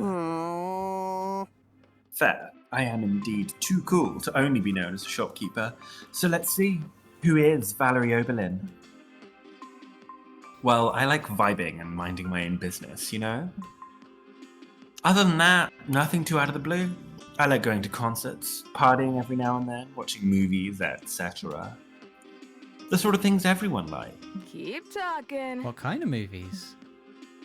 A bit of everything. I sometimes go through phases. I love watching super old movies.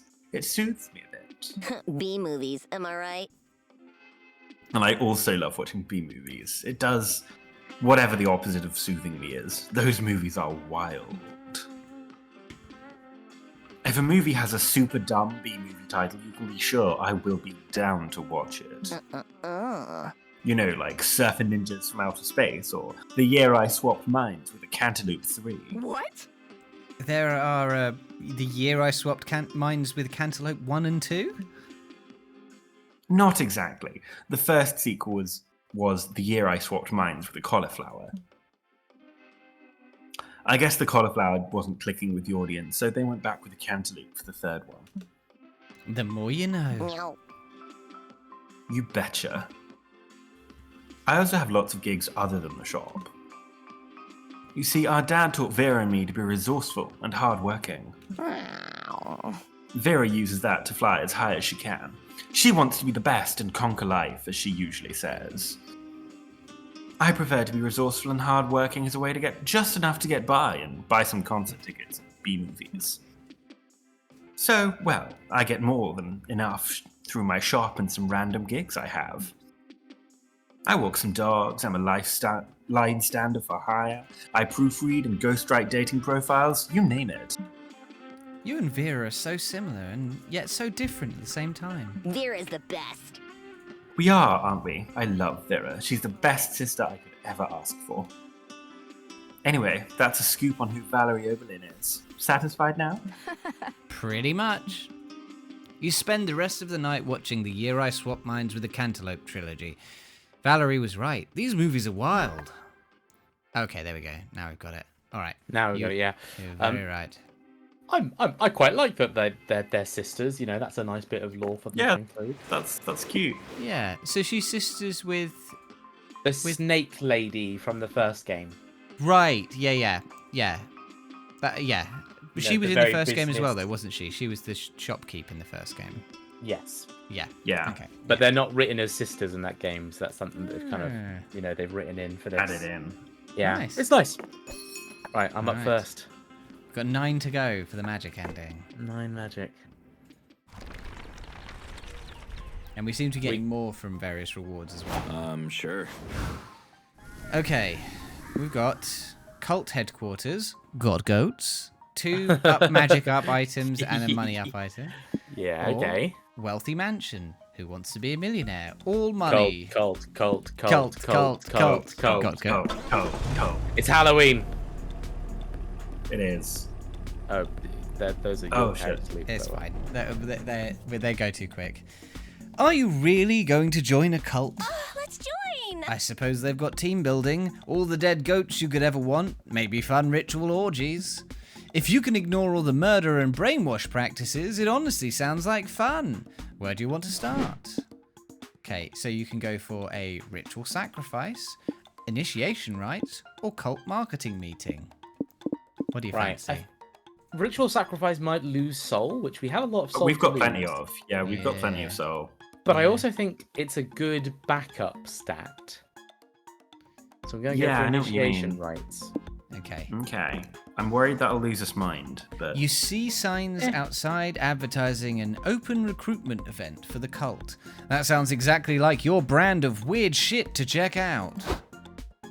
Glory to Mathara. Welcome to the Brotherhood, new recruits, where we worship the deity of sacred secrecy and darkness.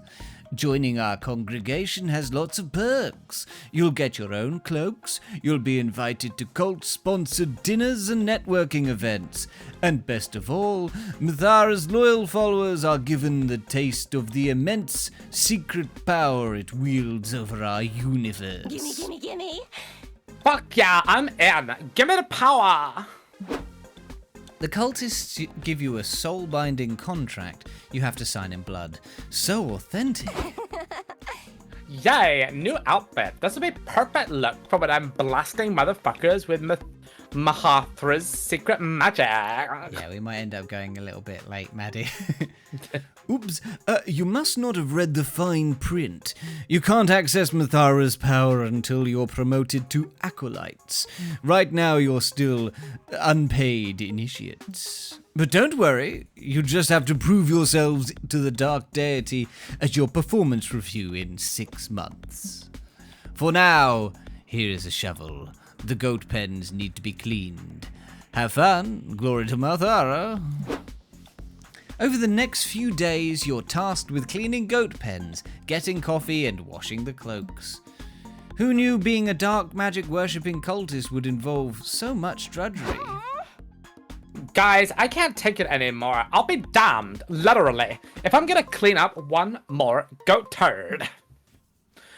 Forget the performance review. There's gotta be a way to get our power over all these things secret and hidden right now.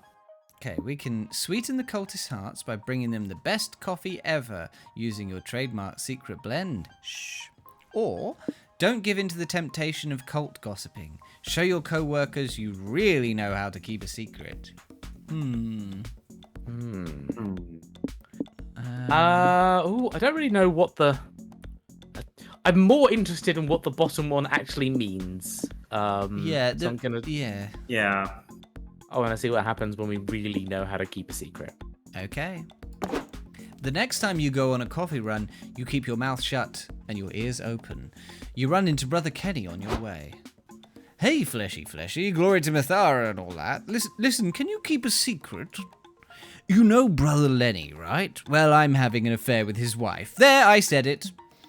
The secret was killing me, but I guess I can trust a total stranger that I just met. Anyway, see you around. All hail Mithara. Later, while you're alphabetizing the holy text, Brother Lenny approaches you. Hey, fleshy, how's it going? If you promise not to spread it around, can I tell you something juicy? I've never liked Brother Kenny. Something about him rubs me the wrong way. So last night I stole his kidney while he slept and fed it to his least favorite goat. Hey, what are you looking at me like that for? Don't judge me. Even cultists have the right to have fun. Even later, while you're scrubbing bloodstains off the sacrificial altar, brothers Kenny and Lenny run into each other. Hey, Lenny, how's your wife? She's fine. Say, Kenny, you look tired. Have you been having headaches, nausea, or severe abdominal pain? Maybe you should spend the day relaxing with the goat and not do too much physical activity. Don't worry about me. I'm plenty healthy, and I recently did a lot of physical activity, and it was really good. What's going on over here? There are too many he's in here. You guys are being super cryptic. If someone here knows what's really going on, now would be a super amazing time to spell the bounds. Everyone looks at you, and you look right back. Silently, you are a devotee of Mithara now, no matter how much hype you lose by keeping your lips sealed. Seriously? I didn't know that being in a cult that worships secret keeping would mean people would actually keep secrets from me. Brothers Lenny and Kenny both nod approvingly at you, and you can feel it as an extension of Mithara's own approval. You gain 3 magic. These wheels are on fire. Excellent. Yeah. My go. So, I can go to the pancake diner. How much pancake can you pan-take? Or the regular motel, the backbone of any road trip experience. Now, both of these are going to take money from us, I imagine, because we're buying food or paying for a room. We're low on hype. Pancake. Yeah, let's get some pancakes. Okay, you're a smart business owner, Val. Want to invest in Prank Masters, Inc.? No, thank you. Breakfast is the most important meal of the day, and the best breakfast is a fluffy stack of carbs smothered in syrup. You see that this diner has some absolutely enormous menu options. I hope you're hungry. So many pancakes to eat, so little time. What sort of meal did you want to order? So we can just eat food like a regular person, eat the biggest meal, or pancake eating contest. I think it's pancake eating contest. I reckon the contest will get us hype as one of the 3 options. Oh, yeah. Yeah. You enter the diner and are greeted by the hostess. Welcome to Pancake Paradise. Are any of you entering our pancake eating championship today? Championship? Nah, I didn't do warm-up drills or anything. I think I'll just cheerlead from the sidelines. Spooky Trav and I might give it a shot. Maybe there's a cool prize. Psst. Want me to mix some laxatives into the pancake batter to ensure our victory, Bill? Tempting, but no thanks. If I'm going to eat a disgusting amount of carbs to win a competition, I'd rather do it on my own merit. First, you guys need to complete this readiness questionnaire to see if your body can handle the amount of pancake you are about to consume. 1. Are you legally allowed to consume pancakes in this country? This one, yes. Let's hope she doesn't ask about Croatia. 2. Do you have any syrup allergies? Nope. The only thing I'm allergic to is not having a good time. 3. Have you taken any appetite-enhancing drugs? Entering the competition with the munchies is strictly forbidden. Nah, I'm clean today. Fuck! Guess I'm disqualified. Alright, Spooky Trev, you're good to enter. Which weight class did you want to compete in? Okay, Pancake Boy Jolly Race, Born to Pancake. The Epic Pancake Tournament arc, Pancake to the Death.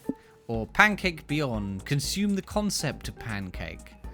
I think I so. feel like the middle one is going to be the hype one. Yeah, and we want That a bit seems of very hype. hype. The last one seems very Yeah. mind related. Mind. Yeah. Yeah.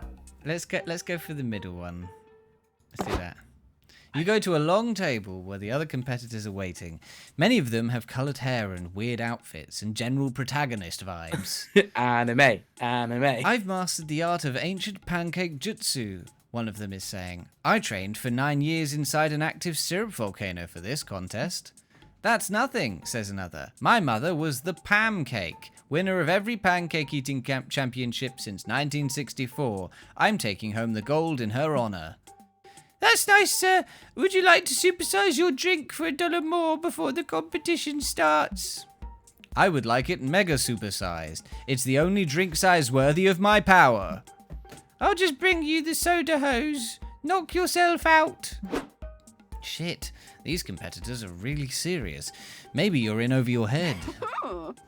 Don't worry, Spooky Trev. You've got this. I'm your sensei now. I'm gonna coach you to victory. You gotta open your chakras to win this thing. But most of all, you gotta open your butt chakra. I'd open Scott's butt chakra. Butt chakra? Do you mean my anus? Yeah, but I'm gonna keep calling it butt chakra. It seems more powerful and less icky. Go team! And remember, bro, the best athlete is only as good as their sporting equipment. For you, that's going to be this toilet I took from the bathroom. Perfect. The eating contest begins, and with your butt chakra wide open, you smoke the competition on your porcelain throne. Wow, that was the worst thing I've ever seen, but you won. Congrats, I guess. Hooray! You gain 3 hype for winning, but you lose 3 stamina from the butt chakra strain. I said stain. Aren't we going too fast? All right, Luke, you have a choice of Animal Sanctuary, a safe haven for all things furry, with some soul up and some stamina up. Or Okay, we do need stamina. Post-apocalyptic settlement, fucking metal, with I think that's stamina down. Guaranteed stamina loss. Okay. Yeah. Yeah, let's go to the animal sanctuary because we do need more stamina. Want a PB&J sandwich, Valerie? Got any tuna? Welcome to the Animal Sanctuary. It even has a petting zoo. There are dogs, cats, goats, bunnies, alpacas, ducklings. Here, don't It be warms shy. your heart to see so many animals being loved and cared for. Surrounded by all this wholesomeness and fur, what do you want to do? So you can pet the animals, you can volunteer with the rescued animals, which gives soul, or you can go to a cat cafe, which gives stamina. I guess let's go to the cat cafe so Alright. Jamie can be among his people. What's better than coffee and cute cats? You step into the cafe and see your friend Faith manning the register. Who wants to play Faith? Jonas? Welcome to the Cat Cafe, guys. What brings you in today? I had to come see my favorite witch. Also, we've been on the road for hours, and if I don't get some caffeine in me, I will literally die. Polly, it's impossible for you to literally die if you're already dead. Liberal use of the word literally destroys its true meaning. Mama like it. I love it when you talk nerdy to me, boo. Thanks. And thanks for coming in and supporting the cafe. The cats really love attention and playtime. Nice. That's good, because I've got a pussy here that could use some playtime. Behold! Polly holds up a cat she befriended in the cafe. Haha! Okay, but for real, I was talking about my vagina, if that wasn't clear.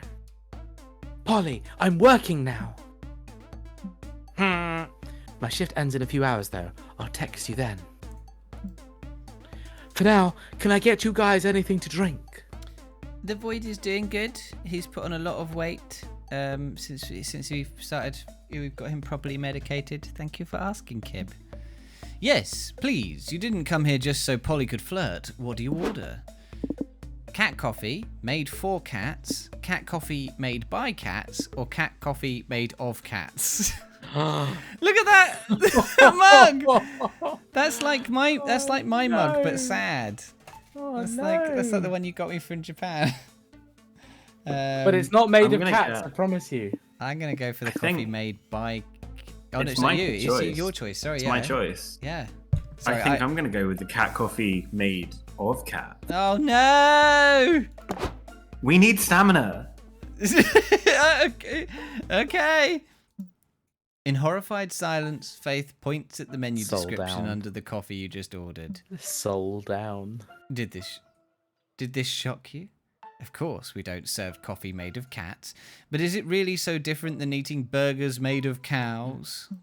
All animals deserve compassion, not just the cute ones. Consider reducing or even stopping your meat intake. If it makes a small difference, but it's still a difference. I can't believe you. That menu item is only there as a clever PSA. The whole point is that nobody would be fucked up enough to order it. But that's kind of on you for underestimating Scary Oz's fucked upness. What? Wait, so I can't order the made of cats coffee? Seriously. Okay, guess that's a no. Do you have any coffee made of raccoons, at least? Goodness help me. I'm just going to get you guys regular coffees and pretend this never happened. Don't let Faith get you guys down. I think all of us have ingested weirder things than cats at this point, so no judgment from me. At least your friends aren't mad, but the same can't be said of the cats in the cafe, who are all looking at you like they'd beat you with a crowbar if they had thumbs. The regular coffee Faith brings restores 3 stamina to you, but there's no saving your soul. My turn again? I didn't get the Right. rest. It's fleshy. You can right, go what we to got? Space Station, which loses us soul, or the Spa, which gains us mind, but loses us hype.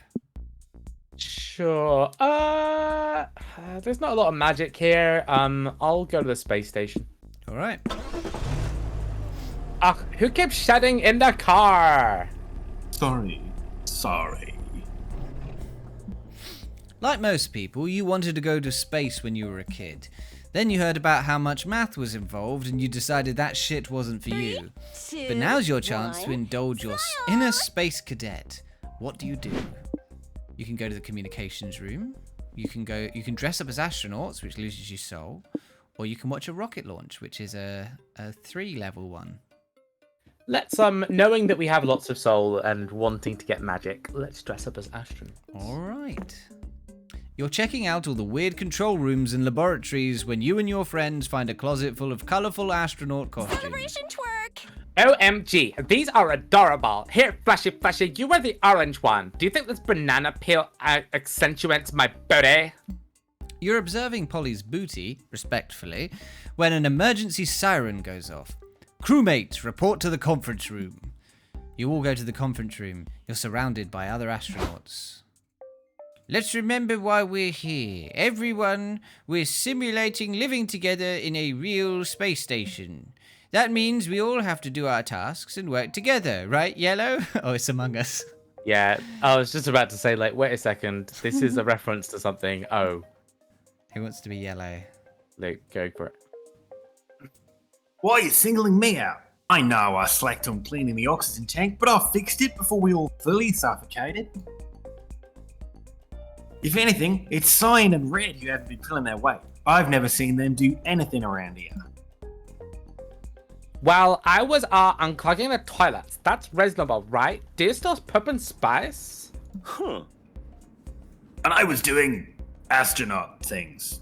So many of them. Great. I just did a head count and there are definitely more people here than we had earlier. I think we have an imposter. Among Us. Among Us. Among Us. Yes. Among Us. Yeah, he said the thing. Oh, does that mean we got to do the vote people out thing again? I hate it when HQ sends us these drills. I suspect orange. Yellow and cyan both have alibis, and red was obviously doing astronaut things, but orange has been completely silent since he got here. Yeah, fuck that orange guy. Wait, you're orange. Convince everyone you're not the imposter. So you can convince them all by doing something so astronaut-like you couldn't possibly be the imposter. Or, astronauts only listen to the stars. Convince them to check everyone's horoscope for clues to find the true imposter. Horoscope. It's Scorpio season, baby. I think. I actually don't know. What? Okay, we know we're gonna lose soul for this, and I'm hoping that we gain magic, basically. Yeah, I think horoscope seems like a more magic-y one. Oh, yeah, horoscopes. Alright. Here's Luke. Luke? Oh, shit. Horoscopes? Seriously? You expect us, followers of science, all to listen to the +3 magic prophecies of the stars? That's such hippie crap. Yellow's right. We'd much rather consult a rational method of determining the imposter, like magic crystals. How is that any better than astrology? Whatever. Guess you'll play along. The astronauts spread out their crystals on the floor. Hey, shiny rocks, who is the imposter? The crystals don't respond. Shocker. Maybe these crystals are fictive. Should we try the Ouija board to ask the local aliens for help? The Ouija board? That's for ghosts, not aliens. True, but it's possible that there will be ghosts of aliens that we can contact. We've got to use all our options here. All right, everyone put your hands on the planchette. Him. Oh, spirits of the main people. Is there an imposter among us? The planchette's moving. It says, no, lol. That's odd. Yep. Well, guess we better believe it. A ghost would never lie. Not even if it would be really funny for them to do so. But I was so sure. Dang it. Sorry, everyone. I guess I was just excited to throw someone out of the airlock again, and I saw what I wanted to see. Hey. Okay, bro. Sometimes when I get too excited, I pee on the carpet. It's nothing to be ashamed of. Fuck, I'm stuck in Australian again. I need to not do Australian when I'm trying to do Scott. You live to deceive people another day. You lose 3 soul for it, though. Okay. Time to get some rest. Sleepy time. Let's see what the comfiest It's fleshy. Where do you want to go? So now we have the bonus for the... Yeah, I mean... Do you want to keep talking to the cat girl for any reason? I'll probably keep talking to the cat girl, yeah. Alright, I'll get a noodle and see if I can trade us... some magic. Specifically soul for magic. Okie doke. Where to go now? I'm gonna go talk to the cat girl. We're gonna get dangerously low on whatever stat I trade. I'm assuming, Luke, you want to go? Yeah, obviously, Scott, yeah. Ugh, so many choices. Don't look me in the eye. Howdy, still got those pesky worldly possessions, huh? Why not trade them for some weird crap I've got? Nothing matters anyway. Alright, so you can trade a postcard from your mum, Scott snacks, gas canister, or someone else's credit card. Mum's postcard, because that's probably soul. Yeah. And then there's enlightenment bulb, horse costume, but only, an ability title, or edible potato. So that's stamina, I imagine. Yeah. Is that horse costume? Maybe it's magic or mind? Yeah, it'll be magic or mind. What are the other ones? Nobility will probably be money or hype. But horse costume could probably be hype or hype or soul.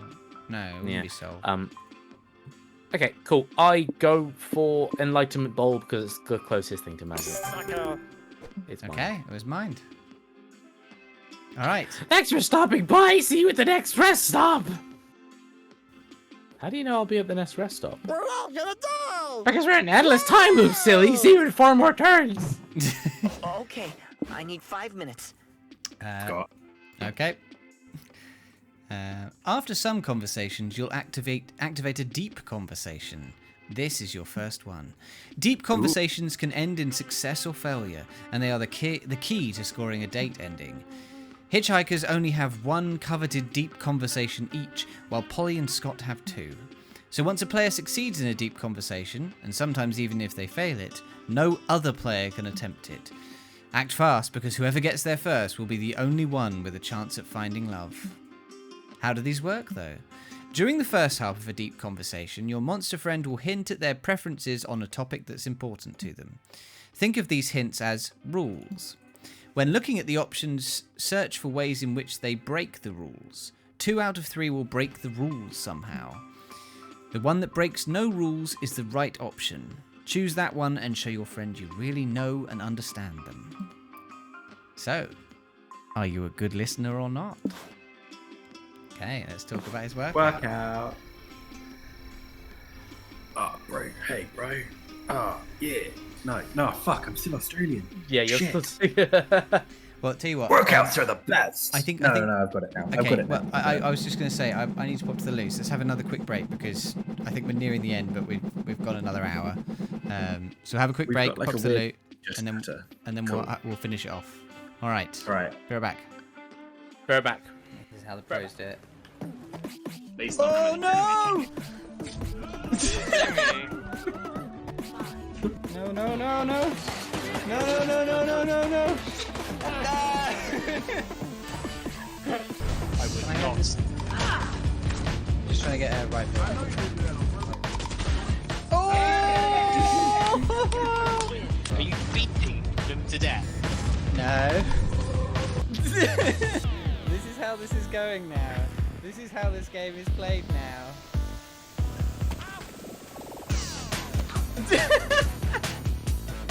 This is Silent Assassin suit only.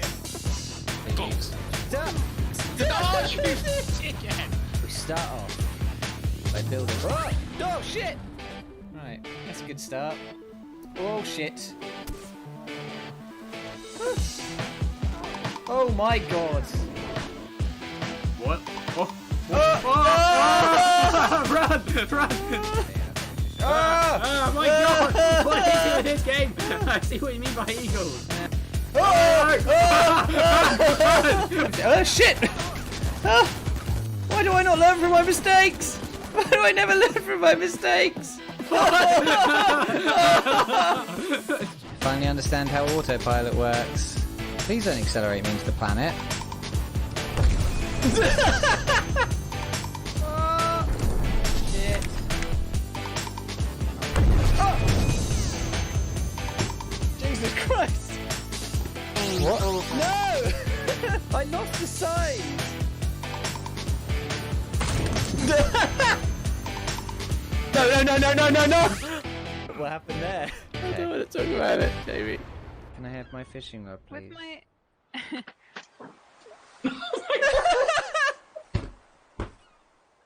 It says I've met 34 out of 35 people. Right. Are we ready? No, apparently not. Yeah! Oh, no! Piss! Oh, brightness up does brightness down. Oh, I'm holding it upside down, that's why. If you've eaten an apple just before you drink piss, then and it's still good. It's still good. You know it's good piss. Yeah. The cars will be coming shortly. Get out of the road. Oh.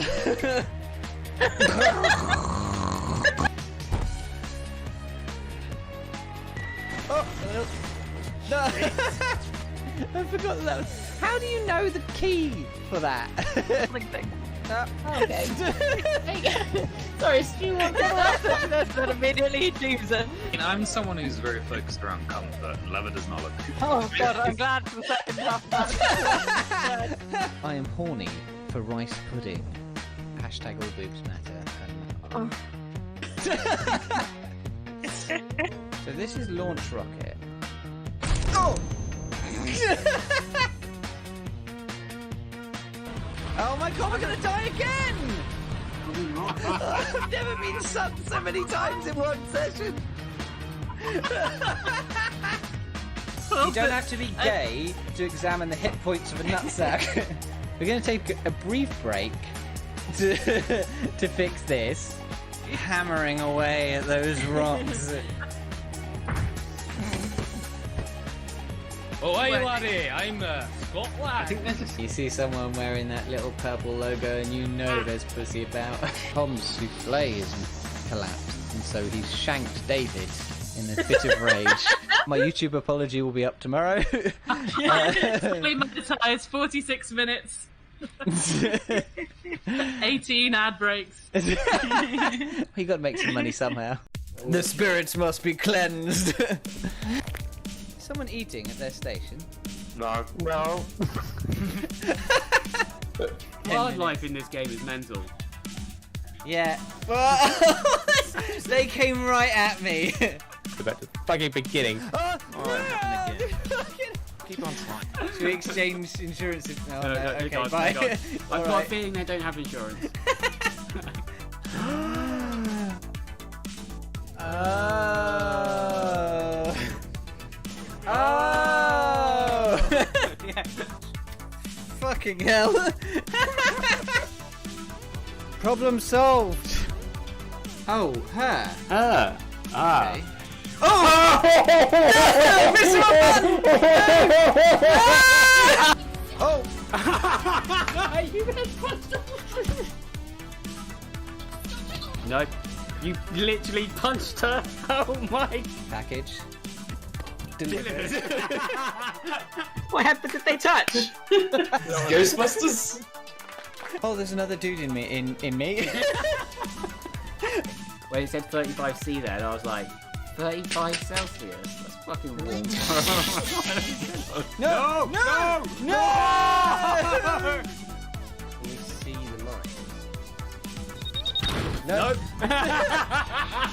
all the rooms are 35 Celsius.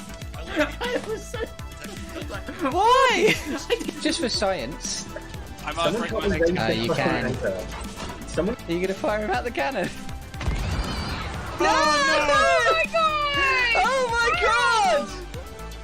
The sword presents a secondary danger. Oh! Oh no! Oh So long, friend! Why would that be a selling point? It's Who walked in exclusively there? to lizard people. I'm a good song, man. Extremely Mind if we come in? confident. Health, I need that health kit. Wall's coming. Oh my god. Take my Oh my god. No! Take my metal. I don't know if I'm actually gonna get this health kit in time. I had 1 health left. Jesus Christ.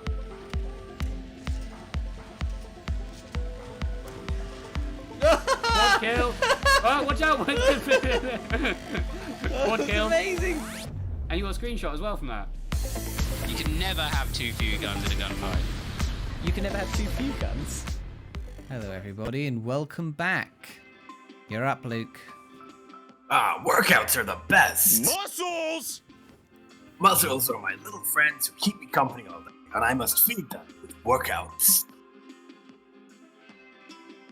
Some of them are not so little. Just Luke flirting with himself. Yeah, I'm like, oh no, this is weird now. Maybe one of you should voice me. Right, that's a sign I'm doing my job right. I do my best to cover all the muscles, like right now. I'm doing my daily dose of banter to keep my tongue muscle big and healthy. Deciding what workout to do every day is a challenge in itself. There's so much stuff to choose from. There are workouts hidden in the most unexpected places, like chasing a car or hugging your friend. Pretty nice. Who'd have thought? Aww. But you need to be careful, because sometimes you think a workout idea is super cool. It turns out to be bad. What if that super awesome idea was actually dangerous all along? You could hurt yourself or others, like other people, or even your own muscles. You want to point out that hurting your muscles would fall under hurting yourself and not hurting others, but you pass on this one. Huh. I need to be careful, bro. Being this buff is a huge responsibility.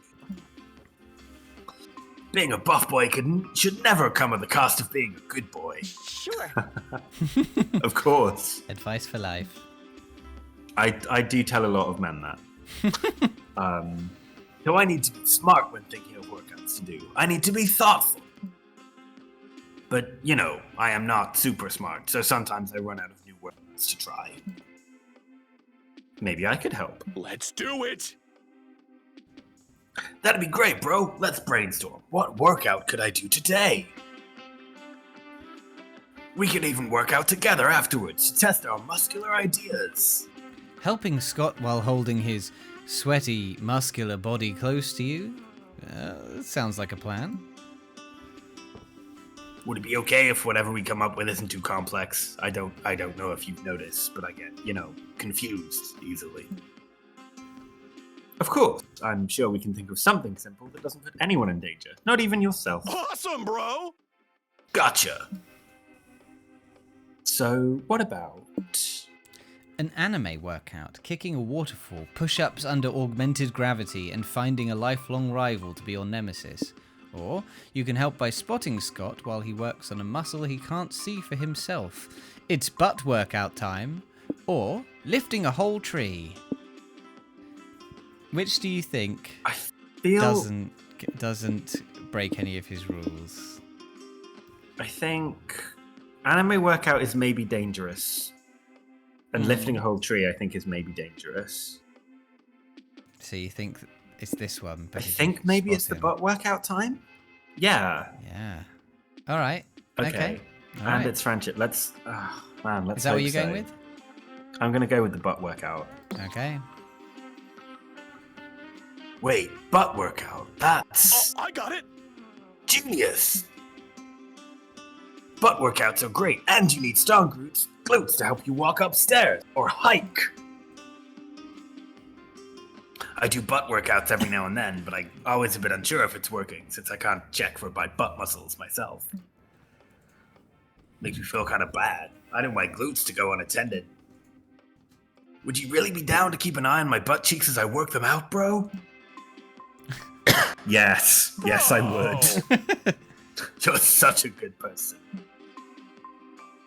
And can I confess something? Sure. Always, Scott. Always. I've seen you always staring at butts and talking about butts, and even sometimes drawing butts. Guilty as charged. Well, I don't know. I think you're cool, and I've always thought it'd be cool if you like me, so I imagine having a strong, handsome butt would be a good first step. Oh, but Scott, your butt is already handsome. Your butt is so handsome it could host a fundraising gala or a movie award show. You mean it, Scary Oz? I've never been more honest about anything, Scott. Oh, thanks. Although, Coach always says that growing complacent is the worst type of growth to pursue. Even if you already find my butt handsome, I must keep improving my butt to reach even higher handsome. Spirit. That was the peak time for Rob to walk in from having Would you help me with this? Would you help me while doing intense butt workouts? I was born for this, Scott. I was literally the one who just proposed it right now. Let's do it! Perfect. Hold your hands here while I do this. Keep count of how many times I do this with my butt cheeks. Can you do it? It'll be hard to stay focused and count while staring so directly at Scott's butt cheeks, but you'll do your best. Here we go! You spend the rest of the night helping Scott with intense butt workouts. You've never been so attuned to his buff, handsome butt as you hold it firmly close to your face. Has What anyone a checked on dreamy Koto? night. I feel like he might have died. Is Scott more than a friend? Absolutely he is. Yes. The night is young. Right. Yeah, Talk to Valerie. I suspect Koto is just growing so frustrated waiting for horny Scott content. He may have wanked himself into a Kona. Right, Silik. My future. Ugh. What? Nothing. It's just not my favourite topic. I don't have a plan for my future, really. And not having a plan doesn't exactly fly with my sister. You know Vera, she has plans on top of plans. She has 24 spreadsheets to manage her 100 different roles. She has everything planned. The house of her dreams, the job she wants to have, all the hobbies she wants to master. That's Vera for you. It's a trait I admire about her, but it's definitely not for me. I go with the flow, let life unravel by itself. And so, every now and then, she asks what my plans are. She means well, and she's my favourite person on the planet, but she can be a bit suffocating. And the thing is, we all look for meaning, for purpose. My sister has this very rigid notion of purpose and success. But purpose can take infinite forms at different paces for each person. It can even change over the course of your life. Yeah, you do you and all that. Basically, I would still love to better understand myself. My definition of purpose and success is. I'm in no hurry to find all that out. I think it's good to always be in a state of curious wondering to avoid falling in total passive stasis. The question is, how do I start this search? Ironically, I feel a bit lost. Maybe you can help Valerie. Fiction is a window into potential lives. Binge watch 100 TV shows and analyse which path works best for you, from quirky lawyer to meth cook. If you don't know what to do, a good solution is to start a family. When you lose all free time, only then will you realise what you wanted to do with your life. Or strip yourself from all expectations. Get a backpack and get lost in a faraway land where no one knows you. Become a blank slate in order to learn who you are. Well, she likes to be wandering and about and doing stuff, so I don't think it's either of these. I think she also likes binge watching. She didn't mention that in this conversation. No, that's true, actually. We know she likes movies from previous conversations. Oh, that is true, but I'm not sure. Yeah. I think maybe the blank slate one. I think so too. Yeah, I'm gonna go with that. That's not a bad idea, Spooky Trev. Yeah, sometimes you lose perspective when you're looking at a problem from too close.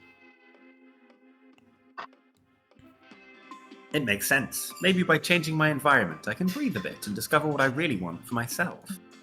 You could even go by a different name.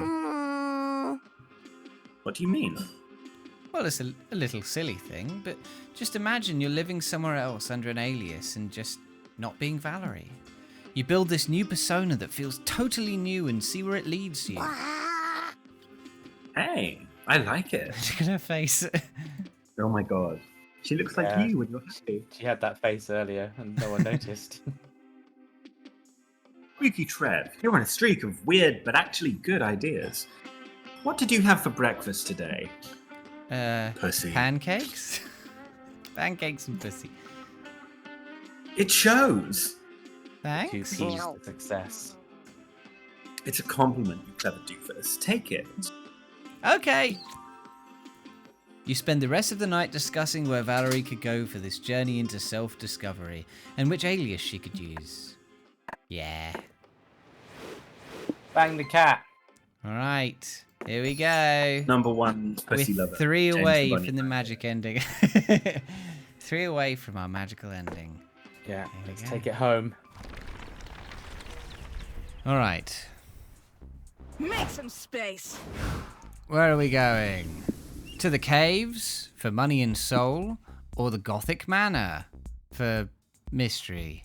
I'm I gonna like go. the subtitle for the manor. The manor isn't going through a phase, Mom. Mom. Someone said spelunking. Be sure you bring your spelunk crown. Okay, I'm going to the Gothic Manor.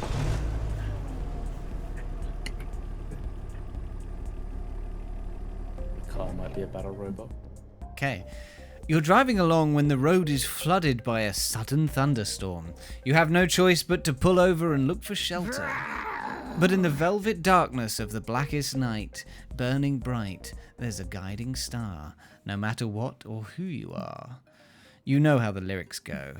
With wet newspapers over your heads, you arrive at an ominous Gothic manor, knock on the door, and are invited in.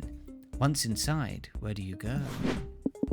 The history transpiring through the walls, the dramatic chamber music, or the exquisite banquets?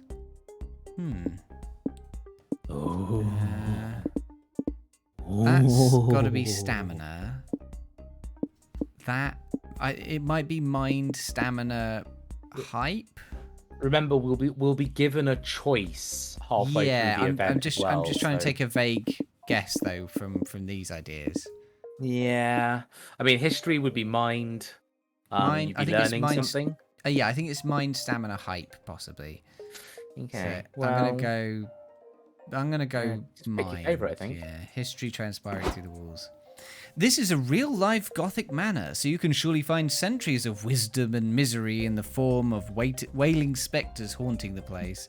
In fact, the ghost of a Victorian woman is coming out of your wall right now, sobbing hysterically.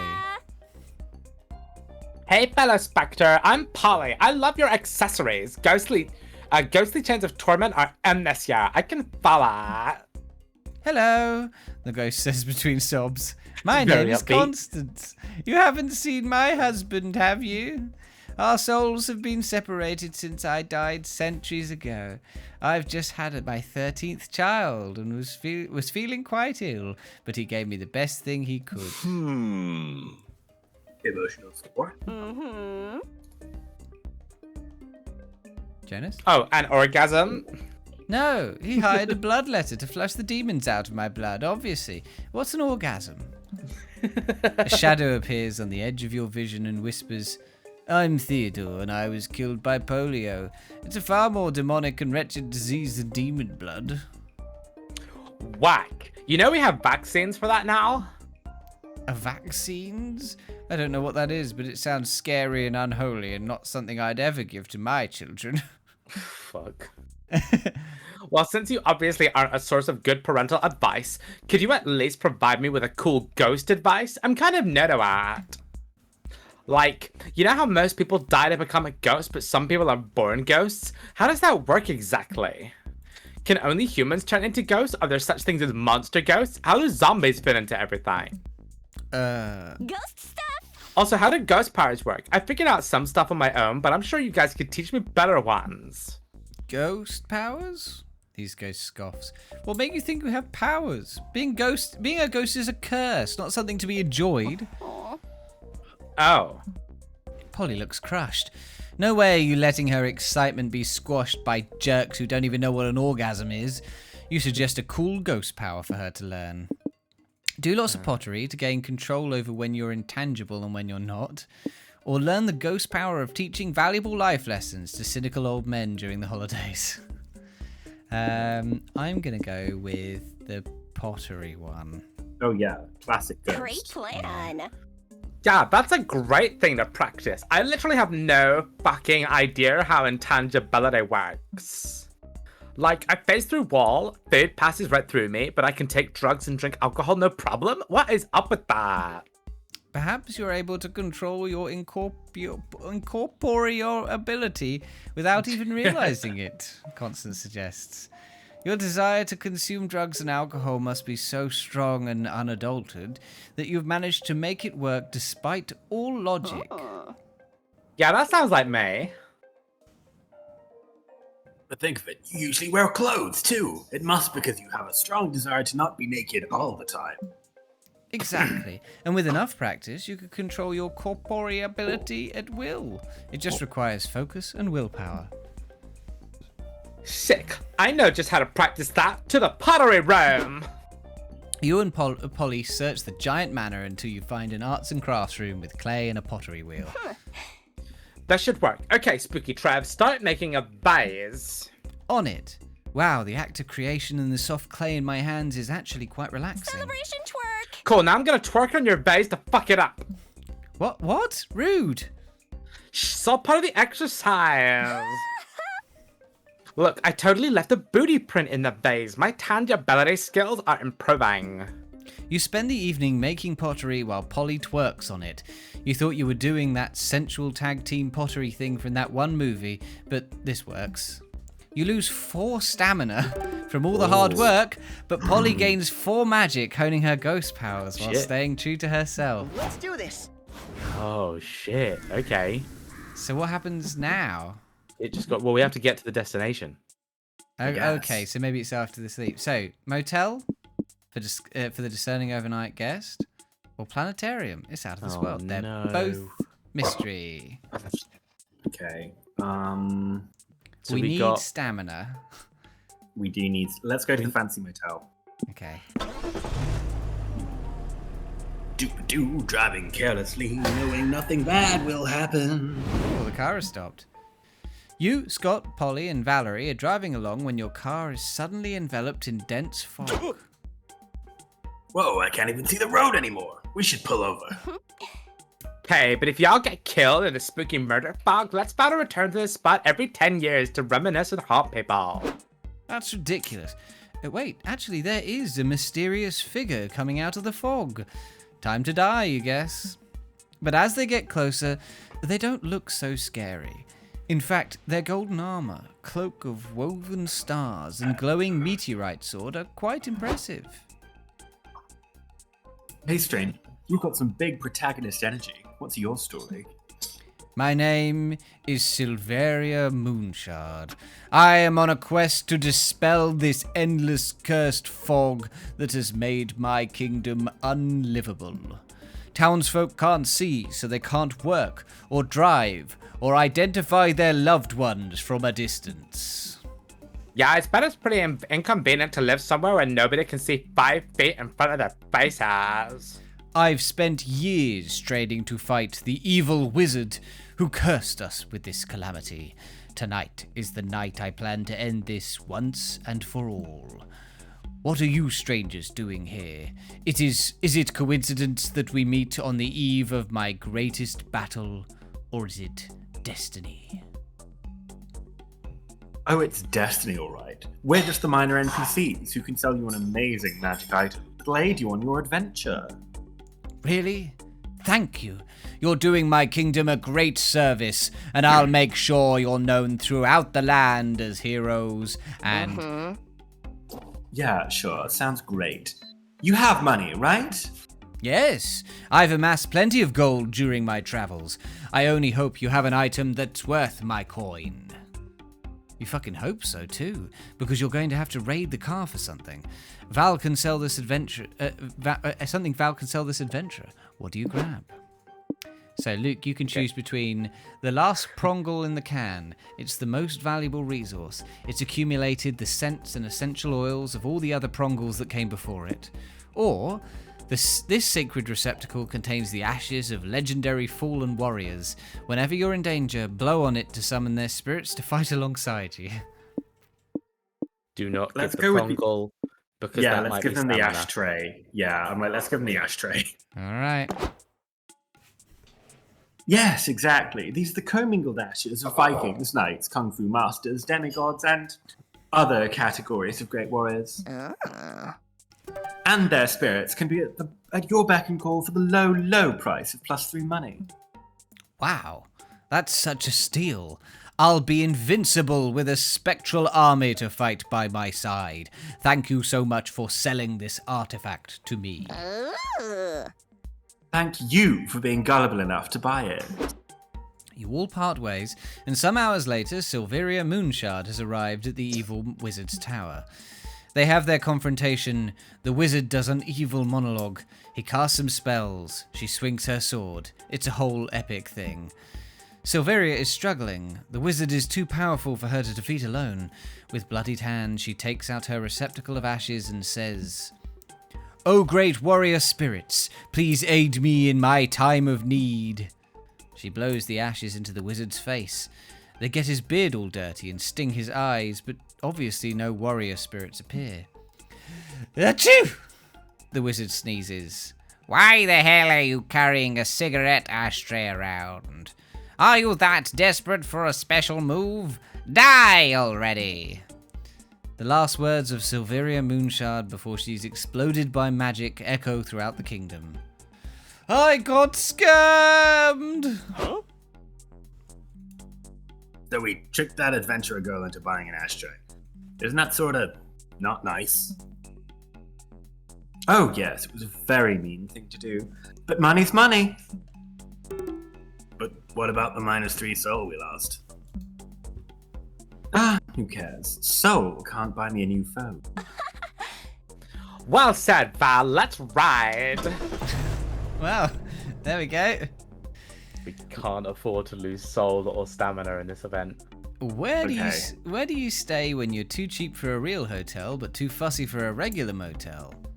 Here, apparently. Ooh la la. This place is full of class, charm, and poise. 3 things you've always lacked. Which means tonight is the perfect night to cosplay as a rich, fancy person. What do you do? So we can prank call the front desk, visit the bar, or explore the amenities. Let's explore the amenities. I think that's likely to give us stamina. Yeah, okay. And we I have think money prank calling the front. We have Yeah, money we've to got burn, money which to I think burn. is the likely thing that we're gonna. Yeah. Amenities, woohoo! Cut to a montage of you all enjoying the amenities. Free towels, jacuzzi, buffet, jacuzzi in the buffet, buffet of free towels, many more combinations of the 3. This could spend stamina.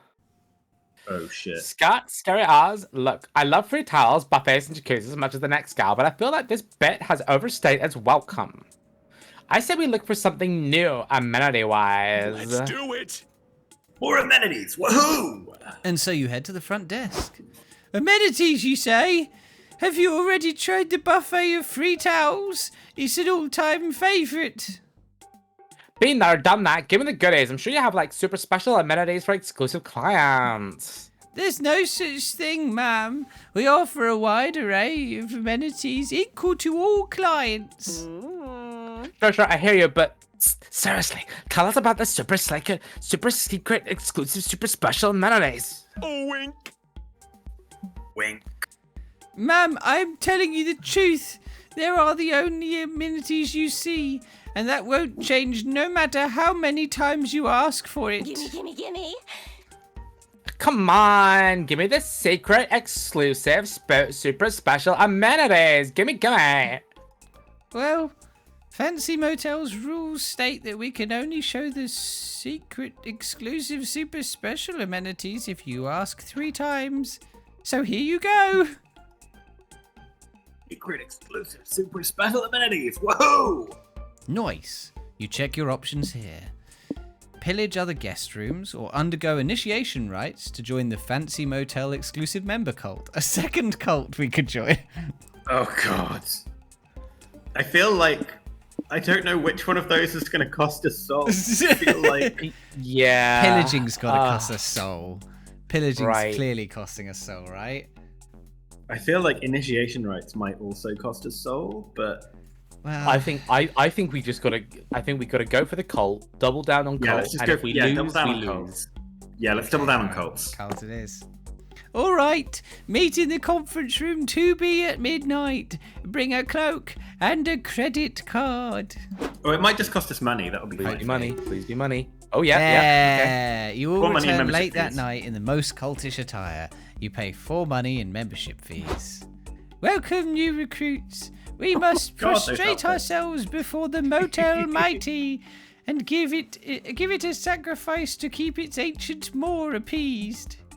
Brother Raoul of room 223, you brought us a worthy sacrifice, right? Yep. This is Chuck from room 224, who wouldn't turn down his true crime dramas and kept me awake all night. Sacrifice his ass. The taggy abstract design in the tile floor opens its mouth and speaks. Farewell, Charles of room 224. Tremble before your overnight god. Who shall complete the sacred sacrifice?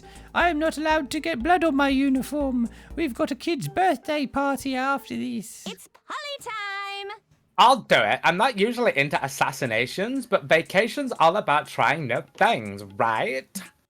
Polly slits Chuck's throat and shoves his body in the motel god's mouth. She's such a team player. Not yet appeased, says the Motel Mighty. Want dessert. Dessert in the form of whelp reviews. Need good whelp reviews. Let's see. The Scary Oars left 5 stars. Polly left 5 stars. Scott left 4.8 stars. I wanted to leave 5, but Coach taught me that there's always room for improvement. am satisfied. Remember, peons, if you invite 3 new cult members with your referral code, you get a free 2-night stay. Now, dance and make merry. Let the all-you-can-eat buffet of flesh begin. You dance, pray, and do other fun cult-related activities. The Motel Mighty is appeased, and it blesses you with a trial membership to +4 magic. Fucking hell. Down on magic. Yeah, which is good because it means we can afford to spend magic if it saves us. Yeah. That's true, yeah. Okay, so we can go That to mind. probably just a Mirage that would lose us some We've got mind. some spare mind. Yeah, that's probably the way to go. Or Wild West. We cannot afford to lose soul. No. We cannot afford to lose soul. So yeah, let's play. We're going to play tactfully to try and get the victory out of this. So probably just a Mirage. All right. Here we go. Bye. Whoa, what sort of place is this? Is it even real? This looks A location this nonsensical could easily be the product of a dehydrated, overheated brain. But half of the weird shit you do and see on the daily could fall into that category too, so who's to say? One thing's for sure, you're going to explore this strange place. Where do you go? The wise talking bush, the oasis of 1,000 Scots, or Mirage Town. So just check that is mind I'm looking at as well. Yep, it's a minus mind. Great. Well, this one's for you, Luke. The oasis of 1,000 Scots. Here we go. Get that voice ready. You and your friends check out the Mirage. It's full of gorgeous oases, flying pigs, unproblematic Twitter feeds, and other things that will never exist. Luke? Oh, Luke's muted himself. Luke muted him. Literally the opposite of getting your voice ready. All right. Jonas, do you want to play Scott for a Probably little having bit? a conversation in real life, yeah. Yeah. Oh, no. Sorry. I was just sorting some stuff out with Rob. Polly, I'm thirsty. Can I get a drink out of that puddle over there? I mean, you don't need my permission, but I have to warn you that I don't think that puddle's actually real. If I can see it, that means it's real. Besides, I feel like I'm drawn to this puddle. It's almost as if it was made for Scott, specifically. Okay, whatever that means. You wander over to the puddle to indulge Scott and come across something buck-fucking wild. Holy shit! Holy shit, this place is crawling with Scots. How is this even happening? Oh my god, can I do dark Welcome side, to the Scott? dark side, Scott. Let's. Oh, actually, no. Yeah, Jonas should do dark side, Scott. Okay, Jonas can do You're dark right. side. But you need to do an impression of Luke's impression of Scott. Oh god. Welcome to Dark Side, Scott. I'm just doing my Damien voice. Yeah. Fuck. Oh, it still works. Oh, let's say cuss words and pee on fire hydrants that aren't ours.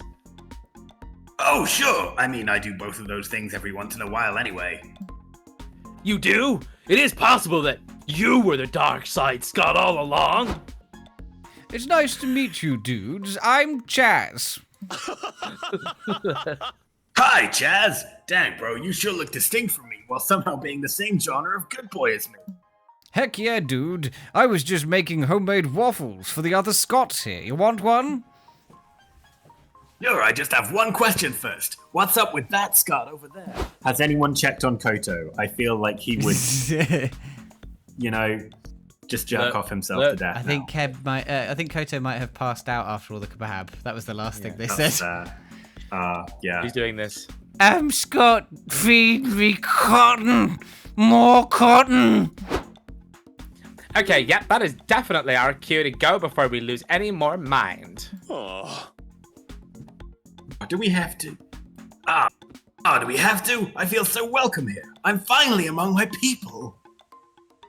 Can we stick around and meet just one more Scott before we go? Please? Damn, how can I say no to you, buddy? Fine, we can meet one more Scott. Choose wisely. Me? Wise? That's a lot of pressure. Fleshy, can you help me decide who to talk to? Omnipotent cube of pure energy, Scott, or sexy cat maid, Scott. There is only one correct answer here. Jonas? Sexy cat maid Scott. All right. I'm sending this. By the way, I'm messaging Koto on WhatsApp and sending him this. Good. Scott in a revealing maid outfit and carrying a tray of snacks. How is this even a contest? What's up, bros? Oh, what's up, bros? Do you want some delicious ice cream?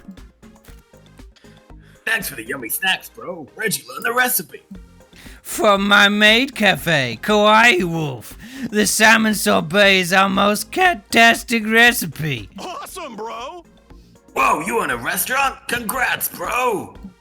Thanks. In my realm, everyone runs their own food joint, and everyone competes to be the best food joint ever. Cafe and Catboy Calcuester run a food truck. Catboy Liam and I have a cafe. Polly opened her own toilet winery. Wait, why am I not a cat girl in this alternate reality? What did I do to get left out of the gummack? Forget that. If Catboy Scott's saying he runs a cafe, like an actual cafe, he's not like just a weirdly detailed mirage. Of course not, the woo. What's this? Are you saying bros are mirages yourselves? I don't think I'm a mirage, but maybe I could be. If I was a mirage, would I even know it? Man. Seriously, if there's some sort of anti-cat girl quality about me, I never thought I'd be offended by this until it happened. Okay, you should probably go before Catboy Scott makes you question your existences for any longer. At least you gained 4 stamina from that surprisingly delicious salmon sorbet. Hold on to your seats. All right. Oh, okay. So we can go to experimental prison, which could gain us hype or lose us stamina. We've brought the fun back to prison, and we've thrown the key away. Or we can go to the Mer Kingdom outpost. So we have enough stamina to survive the experimental prison. Yes. Yeah. So that's probably the safest thing to do. It's definitely the safest because we thing can't risk losing any soul. Yeah. At this point. I love pranking as much as anybody, but I don't like being completely soulless, you know? Uh-oh. Polly's warning we could get a game over. You're faced with a very strange prison. I have no clue why you'd want to break into a prison as a fun road trip activity, but it's safe to say that this place isn't your typical penitentiary. Maybe the morbid curiosity is getting to you. In any case, what are you hoping to find inside this prison? Impossible mazes, deadly games, or complex rules? Well, I guess we're going for complex rules. It is a stamina loss, yeah. Yeah. You all go to the prison entrance to inquire about a tour, but the security guards just beat you unconscious and lock you in a cell. Bummer. Ow, what happened? Did we go on a bender and I forgot? Did we buy these ugly jumpsuits on the bender? Who wants to be the demon? I like doing demon voices. Okay, Jonas. Yeah, you're a good demon voice. Nope! Welcome to the experimental prison theater! I've been stuck in here a while, so I've got some good tips on how not to die and have fun doing it. First tip, don't join Santiago's gang. They just want your money, and they don't even have a cool prison gang tat. Thanks for the info, Dahlia, but do you know anything about how to getting out of here? Oh yeah! Guess I should have started with that. So this prison's golden rule is that you're assigned a play to put on every night. The play you're assigned for the day is determined by your jumpsuit. The symbol corresponds to the play, and the number is the part you'll get. Like, Spooky Trav's got the number 1, so they'll play the lead role. Nice. Anyway, during your play, there will be a door on stage that leads outside. You can walk out of it and be home free. But you have to improv a reason why you're using that door, and it has to make sense in the context of your play. If you can't improv a good reason, you'll get shot in the head. Huh. Don't worry, that's how these punishment games usually go. I just have fun with it and try to forget about the life or death stakes. I could have escaped last week, but we were doing Mamma Mia. I really wanted to stay and find out who the real father was. Today I'm doing Rockin' Terror Cinematic Spectacular. I've already got a plan to make my great escape during the time jump song. You see, I was expecting the Haunted Manor to be the Rocky Horror bit. It's one of those songs that tells you how to dance to it, so I'll just sing, now go through the prison exit and leave. Dahlia wins again. The intro to the manor was definitely Rocky Horror with the Oh rain yeah, that's and why I all was that, expecting. Gotcha. I'm guessing that based on our jumpsuits, we get assigned the lion prance. Guess so. Good luck justifying why a lion would use a door. See you at the theater. Okay, so we just have to escape a prison by improvising a reason to use the door during a stage production of the lion prance under penalty of death. No pressure. I actually think that's a lot of pressure. Don't worry, Spooky Trev, we've got this. Polly and I are great actors, and you're... Huh? Oh, I know, you're great at thinking of reason why our characters would use the door. Present the door as a metaphor of the passage to adulthood that the young lion prince must cross to become king. Or wonder out loud why there's a single door in the middle of the African savannah. Get everyone in the audience hooked on this off-putting mystery. I can't really see what either of these would do, and I quite like the mystery idea, so I'm going with that. Go with mystery, baby. After hours of intense rehearsal, you and your friends have lost 4 stamina, but you're ready to perform. The Lion Prince is first to go on. You'll be playing the titular role of Samba. Samba, as your father and the king of the savannah, I want you to look around. Everything the light touches is our kingdom. The only rule is don't go into the shadowy part. That's your evil Uncle Garbage's territory, and he's super mean. Hey, Samba, I'm your Uncle Garbage. I pinky promise I'm not evil. Wink at the audience. You should totally go to the place your father explicitly forbade for the lulz. I'll think about it, you say. But wait, what's that square wooden structure over there? What? Huh? I've never noticed that before.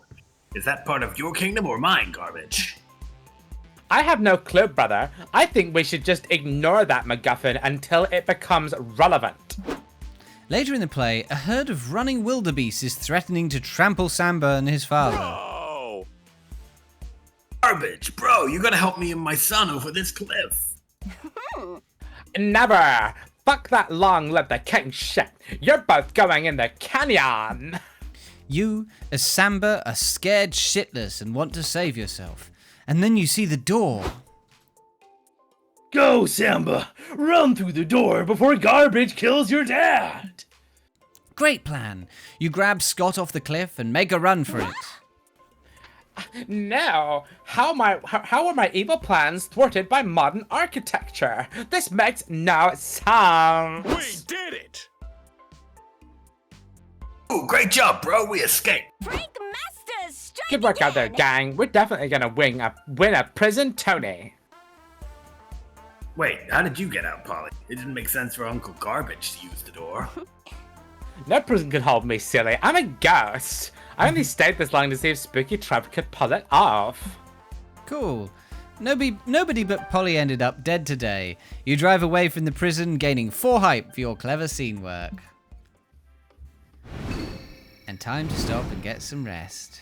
It's the final night. Then back on the road. Well, I'll go talk to Just the choose cat one girl thing. again. You can do it. Luke, where do you want to go? I mean, I kind of want to see if I can get another deep convo with Scott, but I don't know. Like, we can send you over there. Yeah, fuck it. Yeah, let's do it. Let's see what the Jonas, champions what do you want to do? In the interest of time, I'm just gonna go to the car. All right. Time to chill out. The car is where you can manage your road trip by accessing one of 2 mini boosts. You can choose to be a careful planner and gain +1 to your lowest resource, and lose one of your highest resource, Or you can be a risky traveller and gain one of your highest resource at the cost of one of your lowest resource. So what's it going to be, champ? Well, I guess, like, let's be cautious. planner. Yeah. Going down to 29 magic shouldn't be a problem. Where to sit? Talk to Scott. Scott. Yeah. Hey, bro, good to see you. Do you want to get a snack with me? I want to hang out, but I'm super hungry. I'm craving some raw carrion and maybe an energy drink or soda. What about you? All you're craving is some quality time with Scott, so you'll do whatever.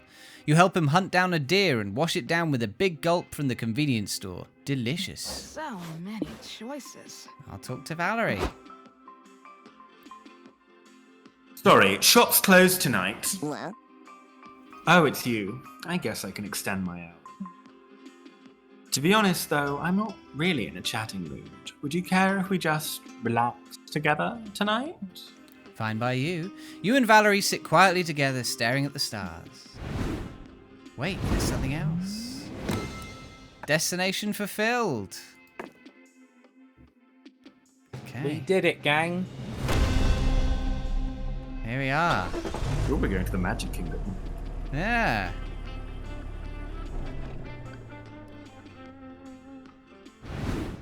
The road trip comes to an end.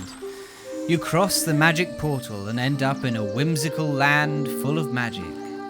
Oh, I love that illustration. Apparently, these domains that's were gorgeous. created by a powerful spell years ago. What was the purpose of the spell? To imprison an ancient evil? To produce a source of power? To build a very big storage room? You may never know. You only know one thing for sure. You're here now, and you're ready for a big adventure. This is where your road trip ends, but a whole new journey begins. I just like the idea that a new game installs itself on your Steam, and it's like Monster Prom Magic Land Adventure. and then we just have to go round again, start again. Congrats, you reached a destination. But there's more to it. Every player gets an individual ending. You could end up being a lame loser, just okay, or the MVP. In multiplayer mode, the result will be determined based on how much each of you contributed to the resource needed to reach the destination. In single player mode, it's determined by your overall resource spread. There's also the date ending, which has its own requirements. But ending up a lame loser will override the date endings. No dates allowed for lame losers. Anyway, let's judge you. It's me. Everyone runs to dreamed dominions full of excitement. Well, everyone but you. Here's the thing, you don't know how to open the car doors. You never learned. But you're too proud to admit this in front of your friends, and you're not swallowing your pride today. So you stay trapped in the car, and when your friends wave to you from afar to join them, you tell them to go. You may miss out on all the fun, but at least they won't know you have no idea how to open the car doors. Worth it? Oh. Oh, I'm sorry. Dream Dominions at last. This is Luke. You celebrate by playing some football with Scott.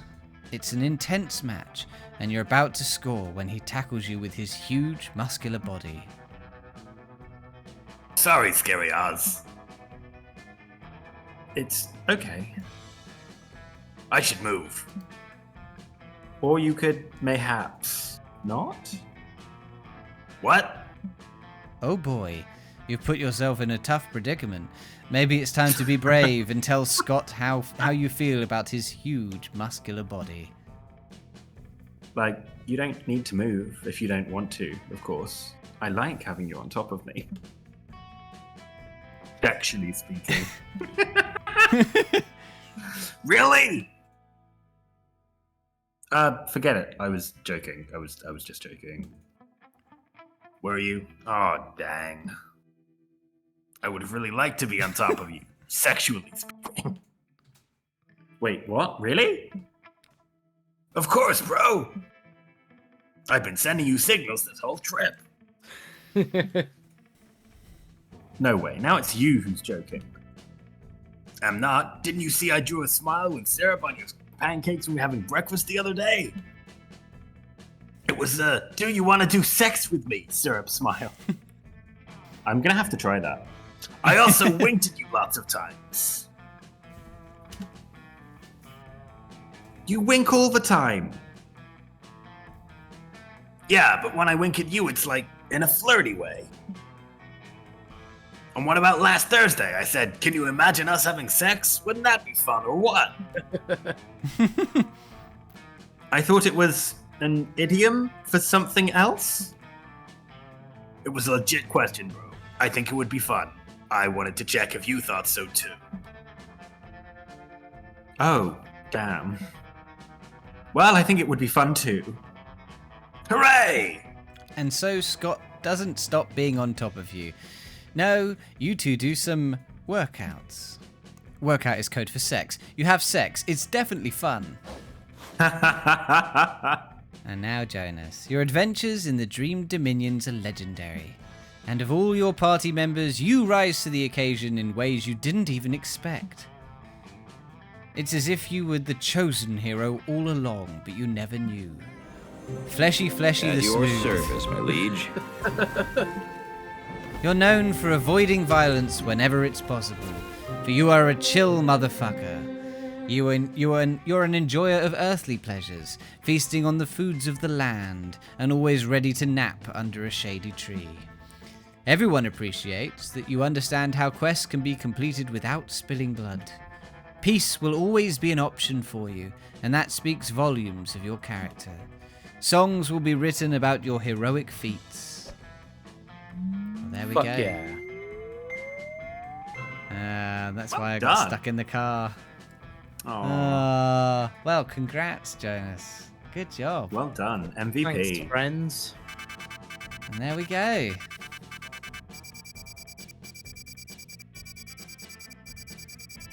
Oh wait, there are multiple magic destinations. Right, That's so quite cool. if we keep going to the destination, we learn more about it. Cool. Right. Oh, okay. neat.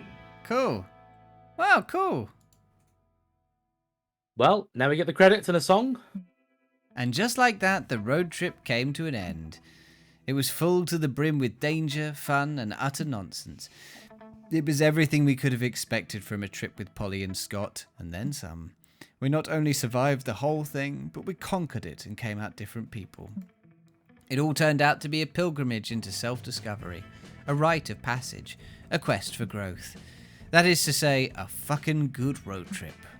As we were heading back home, I thought about how all of this was just one of the first stops in a much bigger journey that was only just beginning.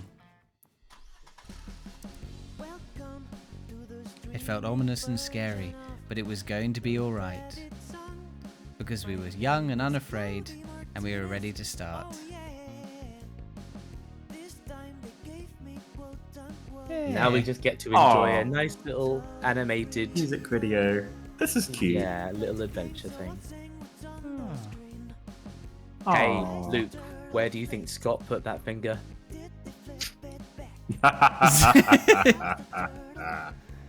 Well, thank you for watching, everybody. This is good fun. That was fun. Yeah. What a I didn't know Road Trip was out. When did it release? Friday. Oh shit. Okay, Yeah. that makes me feel much less bad about not realizing it was out. They had a bundle for all of the Monster Prom games on Steam. Oh shit. Yeah. Is it still on offer? I don't know. I think I've but- still got So them. I've got the second one as well, but I never played it. So we could do that at some point. No, the second one's the. Oh no, yeah, you're right. The second one's Second one's the camp one. Yeah, and I was like, I played that with Jonas. Sorry. Yeah, and yeah, that's where we did the bagel smoke woman with the. Oh yes, and I bargy fucked the bagel. voice in New York. Oh, that was fun. Well, what a lovely session, and an excellent lovely end time. to Spookums week. This animation's really good. Yeah, Yeah, it's cute. It's nice to see Vera and Zombie Girl just hanging out in the rain. Yeah. All right. Well, that's it for the week. We're going to be back next week on Tuesday with the podcast. So tune in for that. And then we're back to normality after that. Yeah. Should be Civ and Sims. Sims. Yeah. Sims. I guess on Yeah. Thursday, assuming Beth's around. Yeah. Yeah. All right. We're going to finish up there. Thanks for watching, everybody. We'll catch you next time. Good night, everyone. See you Thanks for later. watching. Bye. Ciao. Bye. Night night.